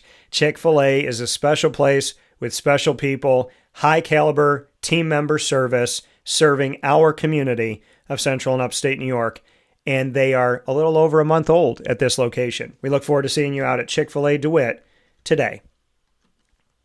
Back here on Wake Up Call with Dan Tortora, we got a bunch of comments that came in. Kyle said, thoughts on A.J. Brown? Yeah, man, I said it at the beginning. So, I mean, thoughts? He's not a bust yet. I wouldn't get rid of him. He had more catches and more targets in week 2 than week 1. I don't think that they're going to forget about him, and I don't think you should either. Jacob, would I drop Pittman for Wendell Robinson PPR? Oh, that's a good question. You're asking me, should you drop Daniel Jones' current wide receiver for Daniel Jones's old wide receiver? Not old in age, just former team. Would I drop Pittman for Wendell Robinson? I mean, Pittman's getting involved. And Wendell's getting involved too. And there's going to be a quarterback change at some point, I would imagine, this year. So, for the Giants, I'd probably hold. So, would I drop Pittman to pick up Wendell? Jacob, make sure to subscribe and hit the notification bell. Let me know. This will help me. Let me know what other wide receivers are available besides Wendell. And that'll help me help you. Kyle, I hope you got my thoughts on AJ. I did tell the thoughts right at the beginning of the Fantasy Football Power Hour, so if you didn't hear it, I just said it to you again here to share it with you. But yeah, my thoughts on AJ. He's not a bust yet. He's still AJ Brown. I don't think that Jalen Hurts forgot about him. The Smitty said, trade Nico Collins for Tetaroa and Javonte Williams. Dude, Nico Collins is the number one guy that CJ Stroud throws to. Let me know the rest of your team, Smitty. So let me know the rest of your running backs and wide receivers, the Smitty, so I can assess that a little bit more. And then Devin said, I can never get Pittman right personally. Best ball, yes, but feel similarly about Wendell. It's a tough call. Yeah, man, I agree. Because Wendell Robinson, I don't think we've seen his best. And Michael Pittman Jr., I don't think we've seen his best. And so it's like, I think it's too early to pick one for the other right now. Let's go to Denver at the Chargers. Smitty said, running backs Montgomery, Connors, Brian Robinson Jr., and Travion Henderson. Okay, then let me know your wide receivers, and we'll go from there. So let's jump into this Denver at Los Angeles Chargers in division AFC West rival game. I like Bo Nix. You know I was high on Bo Nix when it was silent last year. I said Jaden Daniels would have the best season for any rookie quarterback of the 2024 class. And the second best season for quarterbacks last year would be Bo Nix. When I said Jaden, I thought some people were like, oh, yeah, okay. Yeah, I can agree with that. When I said Bo, it was like, cricket. But I believe that Bo came through. I mean, how did he not have the second best rookie season? Him and Jaden were the only two to make the playoffs, right? So, of the rookie quarterbacks. So, I like Bo Nix. They're playing the Chargers. They're on the road. I mean, I still like Bo. I mean, Bo was 22 of 30 in a loss to Indy on the road. 3 touchdowns, 1 pick. Ran the ball 3 times for 20 yards, 6.7 yards a carry. Got a bunch of guys. Well, got Troy Franklin. And that's the other thing, too. When people are like, oh, Troy Franklin, like not even thinking about Troy Franklin, this was his teammate in Oregon. Troy Franklin in the last game, 9 targets, led the team. 8 catches, led the team. 89 yards, led the team, and had 1 of the 3 touchdowns. Do you know the closest person to Troy Franklin last week? 2 targets for Marvin Mims, 2 catches, 24 yards. He had the best yards behind Troy Franklin. Behind him by 65 yards. Nobody else caught more than 2 passes besides Troy Franklin and Adam Trotman, their tight end, who caught the 3 thrown his way and had a touchdown. So, in this matchup, I'm going to call Bo, and they're playing the Chargers. I think it'll be a good game. Keep in mind, Bo has a good defense, too. I'm going to say Bo is, I'm going to call him a QB1, but I'll mid-range him this week. Running back-wise, Dobbins is getting more than Harvey. Still think Harvey's going to get involved. So I'll say J.K. Dobbins. Now remember, J.K. was a Raven. Last year he was a Charger. This year he's a Bronco. So this is his first game since leaving the Chargers that he's playing the Chargers. I'm going to say J.K. is a running back 2 in this game. I'm going to put Harvey as a flex. I'm going to put Troy Franklin out there. Probably you probably have a bunch of wide receivers above him. So I'm going to call him a wide receiver 3. Cortland Sutton. I'm not going to forget about Cortland Sutton. He didn't really get involved. 4 targets, 1 catch, 6 yards in this last game. I'm going to say Sutton is a 2. I'm going to say Franklin is I'm going to call Franklin a 2 this week. I'm going to call Marvin Mims a 3. Evan Engram is back. So, I mean, we'll see with Evan Engram. I'm not sold on any of the tight ends in Denver right now. For the Chargers, Herbert, he's playing the defense of Denver. I think he's going to have some mistakes here. I'm not going to necessarily tell you to play Herbert this week. I'll call him a low-end 1, high-end 2. And then, I mean, they won over the Raiders in a game where the Raiders couldn't get anything done against the Chargers defense. Low-scoring 20-9 win. So, looking back at this, Najee Harris, 8 for 28, 3.5 a carry. Omarion, 8 for 24, 3. Quentin Johnston, 7 targets, 3 catches, 71, touchdown. Keenan Allen, 7 targets, 5 catches, 61, touchdown. McConkey caught all 5 thrown his way, 48 yards. Najee got 2 out of the backfield. Omarion got 1 of 2 out of the backfield. So, I mean, I guess for Los Angeles, it's Denver's defense. So Omarion Hampton, I'm going to tell you to flex him out at running back this week. I like Ladd McConkey. I'm going to tell you to flex Quentin Johnston. I'm going to tell you to Keenan Allen. I'm going to tell you to flex him too probably this week because of Denver's defense. I'm going to call him a low end. I'm going to tell you to flex him out. I like Ladd McConkey the most. And then Quentin Johnston and Keenan, I'll probably have them, maybe Keenan a little bit above Quentin Johnston this week. But I don't feel like gung-ho about anybody like, yes, definitely, outside of Ladd McConkey when it comes to the Chargers. Let's get to some of your thoughts that we have here. Smitty, you got Nico, DK, Jennings, and Brandon Ayuk.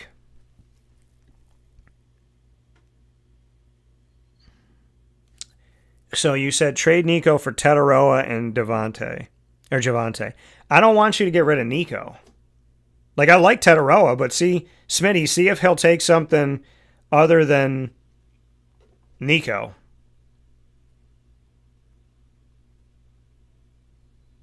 I don't like you letting go of Nico. I like Tataroa, but not for that. 31 Brian, let me get to your thoughts here. And I know you got another question, Smitty, so let me answer that first. 31 Brian, make sure to subscribe, hit that notification bell. Let's go to Smitty said, where's your other question? Start 2 quarterbacks, Browning, Mac Jones, or Rattler. Those are my only choices. Do you have anybody else? Or can you go get anybody else? Smitty, let me know if you can go and grab any other quarterbacks, because those are slim pickings there. So, are you telling me those are your 3? And is there anybody else in free agency or the waiver wire you can get? That'll help. 31 Brian said, week 3, Omarion Hampton, DeAndre Swift, or Quinshon Judkins. So, let me take a look at this. Hampton, Swift, or Judkins? I just talked about Hampton, and he's playing Denver's defense. Swift is playing the Cowboys at home. And Judkins, I'm not sold on. He's playing Green Bay, and he's at home. So, 31 Brian. Oh, man. I'm going to say Swift.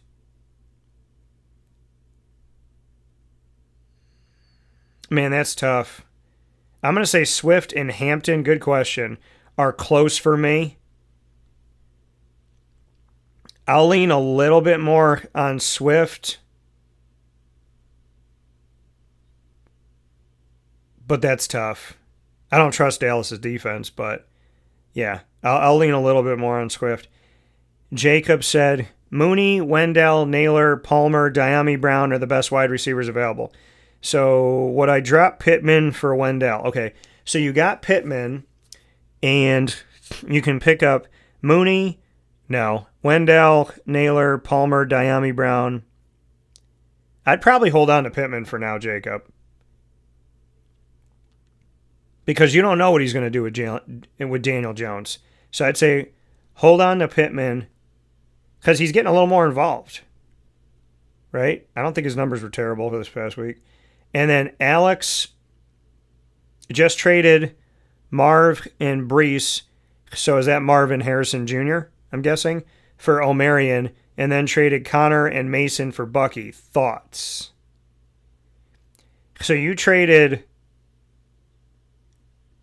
the number 1 guy in Arizona and the number 1 guy running back for the Jets for Omarion. I don't like that trade at all. And then you traded Connor and Mason for I like you getting Bucky. I'm guessing that's James Conner and Jordan Mason. So, Alex, make sure to subscribe and hit that notification bell. If you're the one that got Omarion, I don't like the Hampton trade if you're the one that got Hampton. But I like the Bucky trade. I'm okay with the Bucky trade. Because Bucky's all over the place. Because he's catching and running. So that's okay there.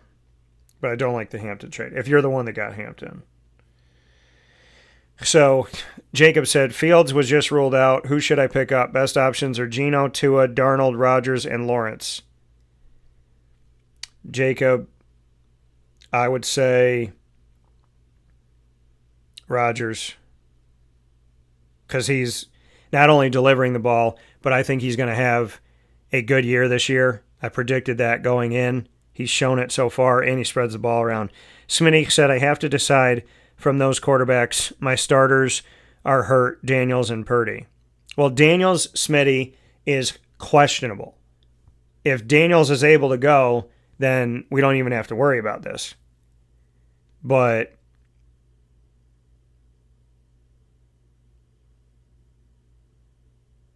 you're telling me that I have to start two quarterbacks of Browning, Mac Jones, or Rattler?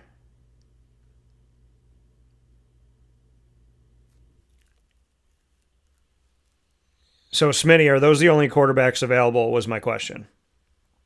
You have to decide from those. So those are the three that are available. And you have to start two.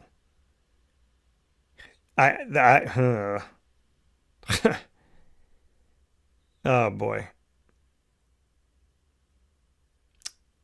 So if you have these Smitty, if you got to start two of the three you gave me, I would say Mac Jones and Jake Browning. I would say that. Smitty, you said you didn't hear my answer for Nico Collins. I wouldn't trade Nico right now. I want you to get Tetaroa, but not for Nico. Frizz, appreciate your question coming in here. Make sure to subscribe. Appreciate you being here. So let me get to your question. Where's Frizz? Who's better to stash, Dylan Sampson or Woody Marks? That's a good question. It's a really good question. I would probably say Sampson between the two, in my opinion right now. I'd probably say Sampson. Smitty said thanks. Alex said Marks. I don't know, man, because that's a crowded backfield. There's a lot of guys involved in that backfield where Dylan Sampson can find his place, I think. Alex said, Marv isn't the number one guy in Arizona, though. McBride has more yards, targets, and receptions. I'm talking about the number one receiver. And Brees is the number one in New York, but they're a bottom three offense. Yeah, but Brees is still Brees, man. They can still hand the ball to him. And I think, if you're going to go with Tyrod Taylor and he's going to be your quarterback this week, then I think they're going to go to Brees even more so. Jacob said, was just offered a trade where I give Pittman to get Caleb Williams. Should I pull the trigger? No. No. Jonathan said, not for Caleb Williams. Jonathan, make sure to subscribe, hit that notification bell. I think you may have already, but need one wide receiver, one flex. Full PPR. Sutton, Pickens, Wendell, Jordan Mason. I also get 1 point for first downs. Okay. So you need one wide receiver, one flex, full PPR.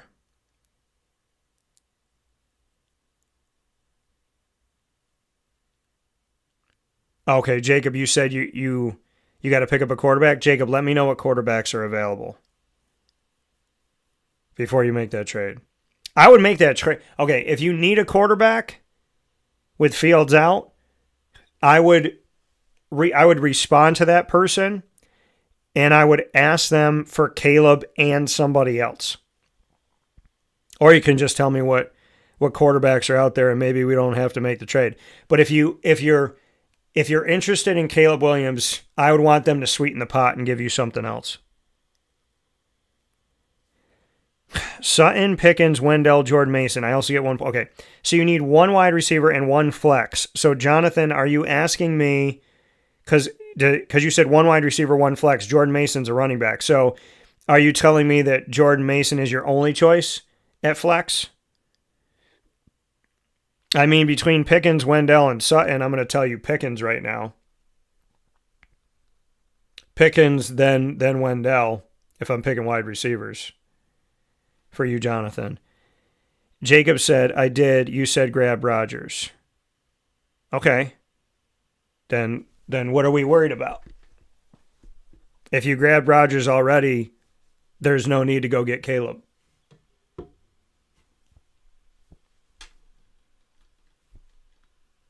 So don't give up on Pittman yet. I know people are, not happy that he hasn't had consistency, but don't give up on Pittman yet. Daniel Jones is moving that offense. He's moving that offense. And he's doing a good job with it. They're 2-0 right now. And they beat a really good Broncos team. So don't give up on it yet. Let's go Saints at Seahawks. We're going to go Saints first because they're the road team. Appreciate all your questions coming in, very much so. Saints, Alvin Kamara, worth the play. Olave, worth the play. I mean, this is my problem with the Saints.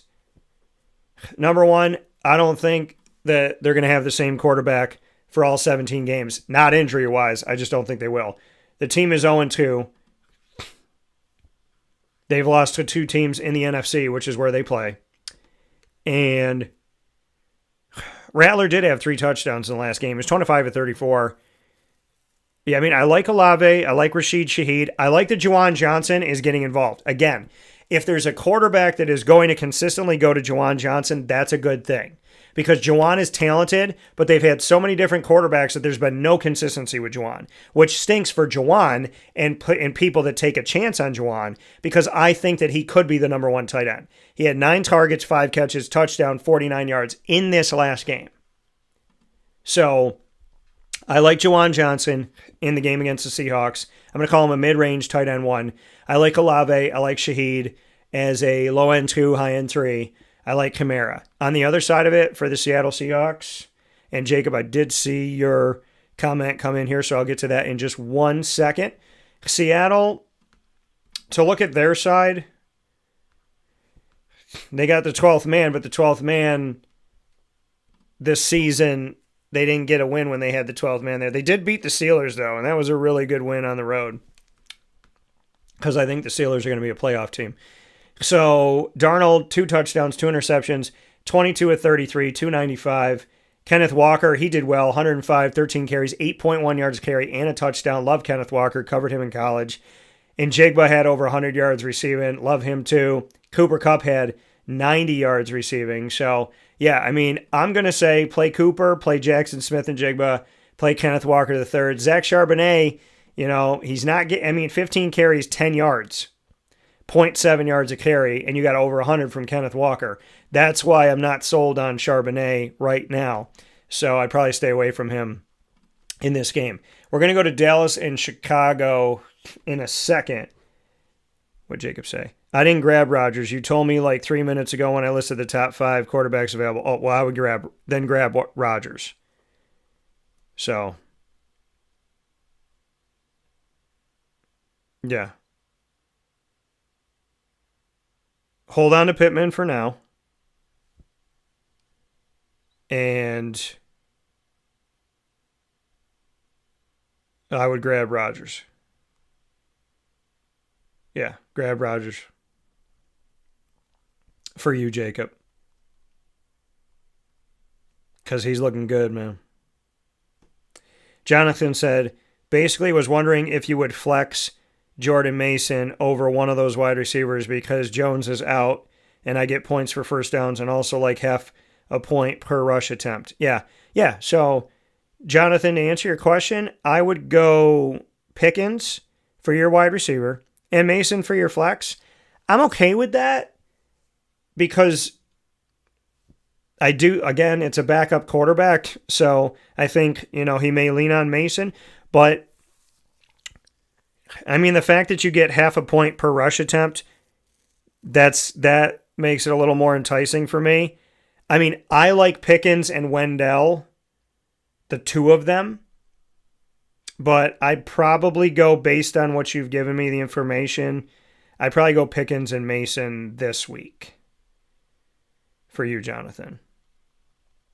Y'all are asking some good questions, though. You're making me use all them brain cells this morning. So definitely asking me some good questions. Let's go Cowboys at Bears. So Cowboys have a good 2 weeks. Came back and won. Their kicker can boot it. And they had a really good game against the defending Super Bowl champions a week before and lost by less than a touchdown. So Dallas on the road. I'm going to say play Javonte, play CeeDee, play Pickens. You can probably flex Pickens out. And you should definitely play Dallas's kicker. See, we get points in my league for how far it is. So you get 3 for like any field, like the field goal. If it's like 3 for 3, 30 to 39 yards, you get 3. If it's 40 or more, you get 4. If it's 50 or more, you get 5. So you actually get more than 3 points per field goal, depending on how far it is. So for the Cowboys, I like Javonte. I like CeeDee. I like Jake Ferguson. I like George Pickens. I like that they're playing Chicago. I do think Chicago's going to have a better year. They've underwhelmed me coming out of the gate. Going into the season, I said I thought Caleb would have the opposite of a sophomore slump, and I thought Chicago would be a better team. I'm still kind of waiting for Chicago to get going here right now. They're 0-2. So I like the boys in this one. And then on the other side of it, DeAndre Swift, I'm going to call him a running back too. And as far as Chicago, I mean, they lost to the Lions 52-21, but Rome Odunze got involved. I like Rome Odunze. In that loss, 11 targets led the team, 7 catches led the team, 128 yards led the team, caught the only 2 touchdown passes from Caleb Williams. So I really like Rome Odunze. I'd flex out maybe DJ Moore, but I like DeAndre Swift and Rome Odunze in this game. And you could look at DJ Moore. I'm not going to call him a 1 or a 2. Maybe I'll call him a 3. And let's go into Arizona at San Fran. Here's the irony of Arizona and San Fran is Arizona and San Fran are the 2 teams that have played and beaten the Saints to start the season, and now they're playing each other. So let's go to Arizona first, and then we'll go to San Fran. The Arizona Cardinals, I mean, they're playing San Fran in this matchup, so taking a look at Kyler Murray through the first couple weeks. I mean, Kyler, his completion percentage is 70.4%. 383 yards, 3 touchdowns, 1 interception. Trey McBride doing his thing, Marvin Harrison Jr. right behind him. So I like Marvin Harrison Jr. in the game. I like Trey McBride in the game. I like James Conner in this game. I'm going to call him, James Conner most recently against the Panthers. He had a touchdown. Not great on the ground, 11 for 34. Caught 1 pass out of the backfield that was thrown to him. So I'm going to call James Conner running back too. On the other side of it, I like Christian McCaffrey. And under Mac Jones, they got that victory over the Saints. So Mac Jones, who ironically threw a touchdown pass to Luke Farrell when they were both Jacksonville Jaguars recently here. That was interesting. So under Mac Jones, 3 touchdowns, no picks, 26 of 39. Juwan Jennings had 89 yards and a touchdown, 10 targets, 5 catches. He threw 7 to Christian McCaffrey out of the backfield, who had a touchdown receiving, 52 yards, 6 catches. Pearsall got involved. So, yeah, they're playing Arizona. Mac Jones has done a good job. So I like CMC. If Juwan's able to go, he's questionable with an ankle injury. Hopefully he's able to go. I like Juwan in the game. I like Pearsall in the game. It's hard to say Tongs and Farrell who's going to be the guy. So I'd say CMC, Pearsall, and if Juwan Jennings is able to go, then I would go with Juwan. Sunday Night Football, let's get into that really quick here. We have the Chiefs at the Giants. Some people might think this is a snooze fest. I think the Giants have shown that, listen, Russell Wilson's going to air it out. And the Chiefs, they haven't had a good start to their season at all. So looking at the Chiefs first, since they are the road team, they're 0-2. Lost to the Chargers, lost to the Eagles. And Mahomes had 1 touchdown, 1 interception, 187 yards, 16-29 against Philadelphia at home. At home for this game. So, for Kansas City. Mahomes led the team, 7 carries, 66 yards, 9.4 a carry with a touchdown. Kareem Hunt, 8 for 31, 3.9 yards a carry. Pacheco, 10 for 22, 2.2 yards a carry. Kelsey, 6 targets, 4 catches, 61. Tyquan Thornton had a touchdown, the only touchdown that Mahomes threw. 5 targets, 2 catches, 59 yards. Hollywood, 5 catches, 5 targets, 30. Juju, 1 catch. Kareem, 1 catch. Pacheco, 1 catch. Noah Gray, 1 catch. So, I mean, not great, right? At all for Kansas City. And they're going on the road to the Giants.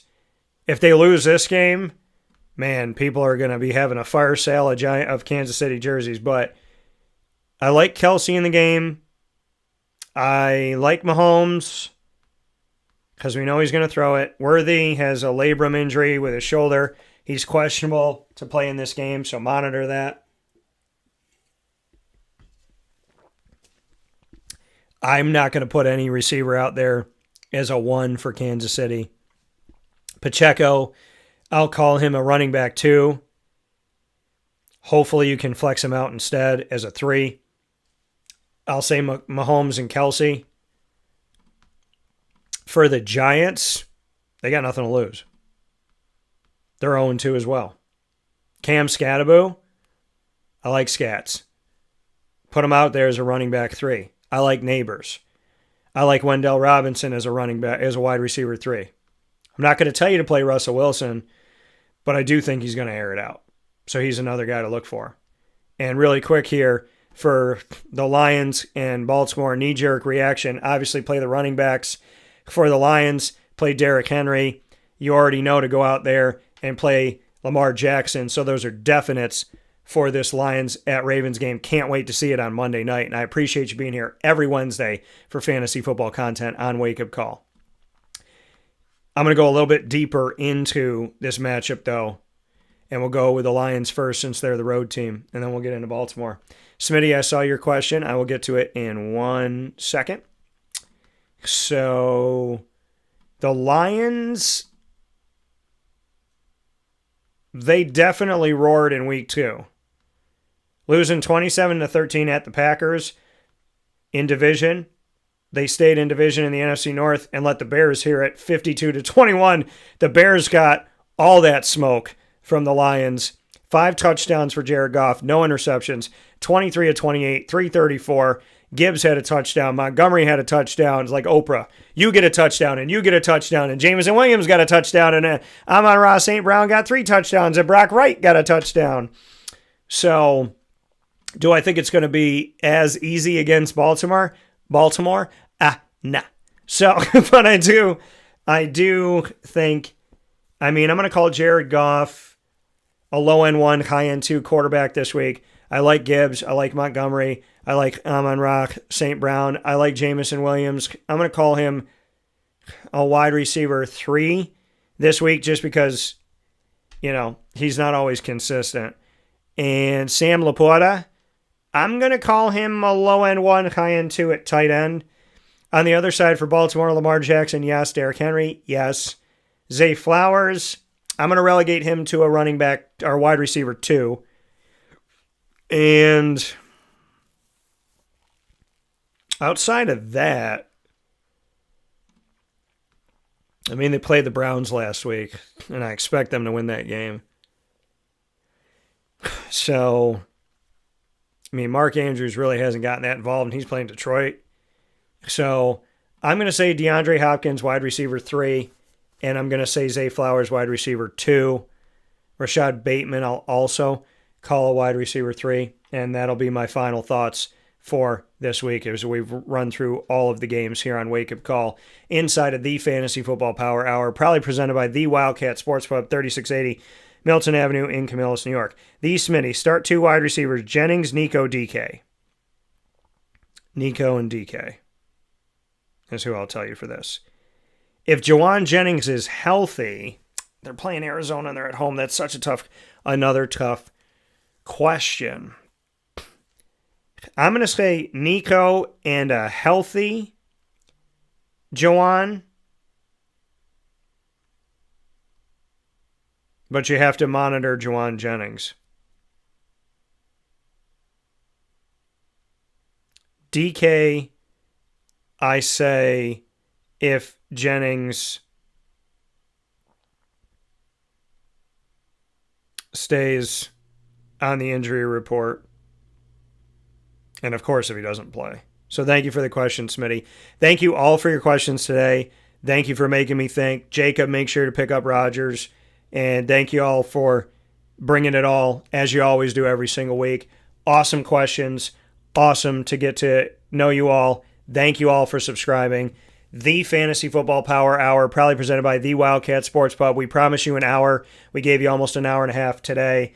We're typically giving you, honestly, we've been giving you 3 hours at times. Smitty said, thanks, you're welcome.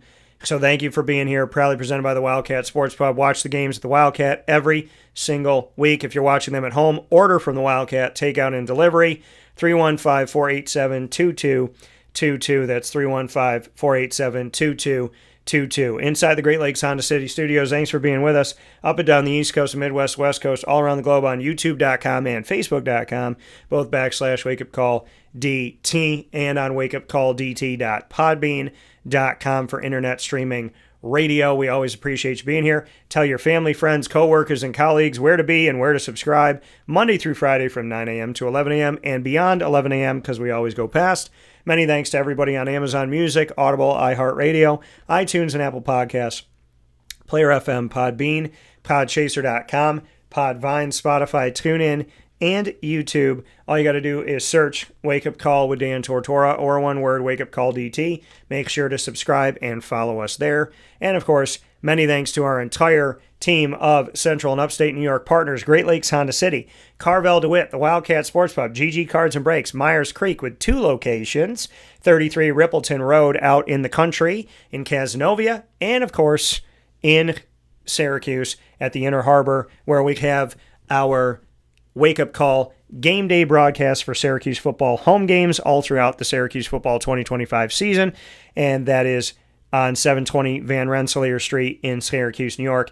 Many thanks to Chick-fil-A Cicero, as well as Game Point Sports, the place to go, whether it's you individually, a few people, or a team working out, anything you got going on, basketball, pickleball, volleyball, you have to go online to reserve your time. Go to GamePointSports-SYR.com. That's GamePoint Sports, the dash, not the word dash. GamePointSports-SYR.com. Go there today. And then right by them, Canine Camp Dog Daycare. Mon Paz, the snack capital of the world, not far away, around the corner from Game Point Sports Complex. Mother's Cupboard, where I have my very own sandwich, the Cuse Mac Mother. Bacon, egg, and cheese inside of 2 pieces of French toast. Pick it up and eat it like a sandwich. Cut it up and have it with some syrup. And I know y'all have it with sausage as well. I sat next to 2 people that ordered it. One got it with bacon, one with sausage, and they both loved it. Thanks for going out and getting my sandwich at Mother's Cupboard 7 days a week. And of course, they are open 6 a.m. to 1:30 p.m. The Cuse Mac Mother every day on 3709 James Street, exclusively at Mother's Cupboard. Many thanks to Chick-fil-A DeWitt, as well as Canine Campground Dog Boarding, Pizza Man, Brian's Landing, Avicoli's, and of course, we are the exclusive multimedia marketing partner of your.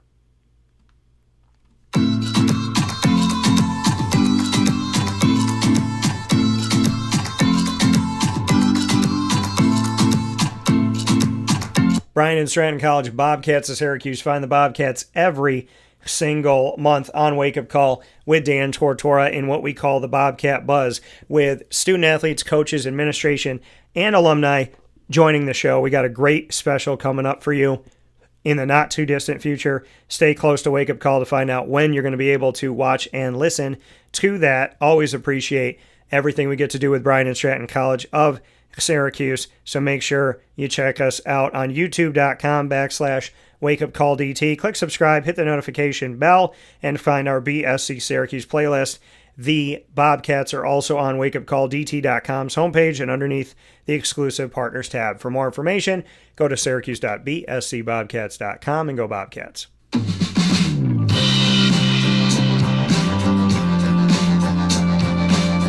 The Binghamton University Bearcats are exclusive multimedia marketing partners with Wake Up Call with Dan Tortora. You will find the Bearcats every Tuesday during Bearcat Time. On Tuesdays at 10 a.m. Eastern Time, the Bearcats here with us where sports meets life. You can find all of our specials by going to youtube.com/wakeupcalldt. Click subscribe, hit the notification bell, and find our Binghamton playlist. The Bearcats are also on wakeupcalldt.com's homepage and underneath the exclusive partners tab. For more information, go to binghamtonbearcats.com and go Bearcats.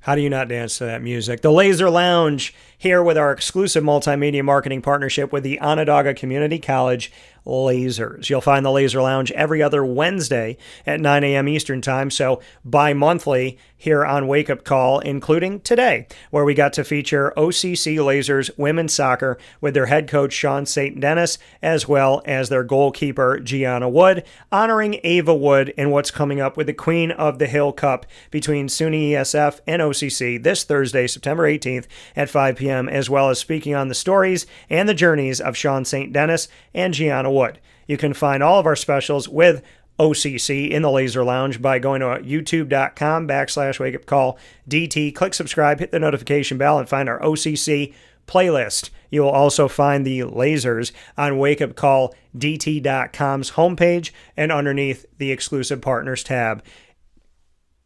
With that being said, make sure for any information on the Lasers, you go to onondagalazers.com and go Lasers. Here on Wake Up Call with Dan Tortora, I want to thank once again Sean St. Dennis as well as Gianna Wood. I want to thank you all for being with us in this Fantasy Football Power Hours, because it always goes more than the hour that we promised. And I want to thank Great Lakes Honda City for being our exclusive studio partner. Facebook at Wake Up Call DT, X at Call DT, and Instagram at Wake Up Call _DT 24/7. Always on wakeupcalldt.com and on youtube.com/wakeupcalldt. Have a wonderful day, and as we always say here on Wake Up Call, God bless, no stress. Do your best. Be good to each other, be good to yourself, and understand that we are far better together, and a house divided upon itself cannot stand.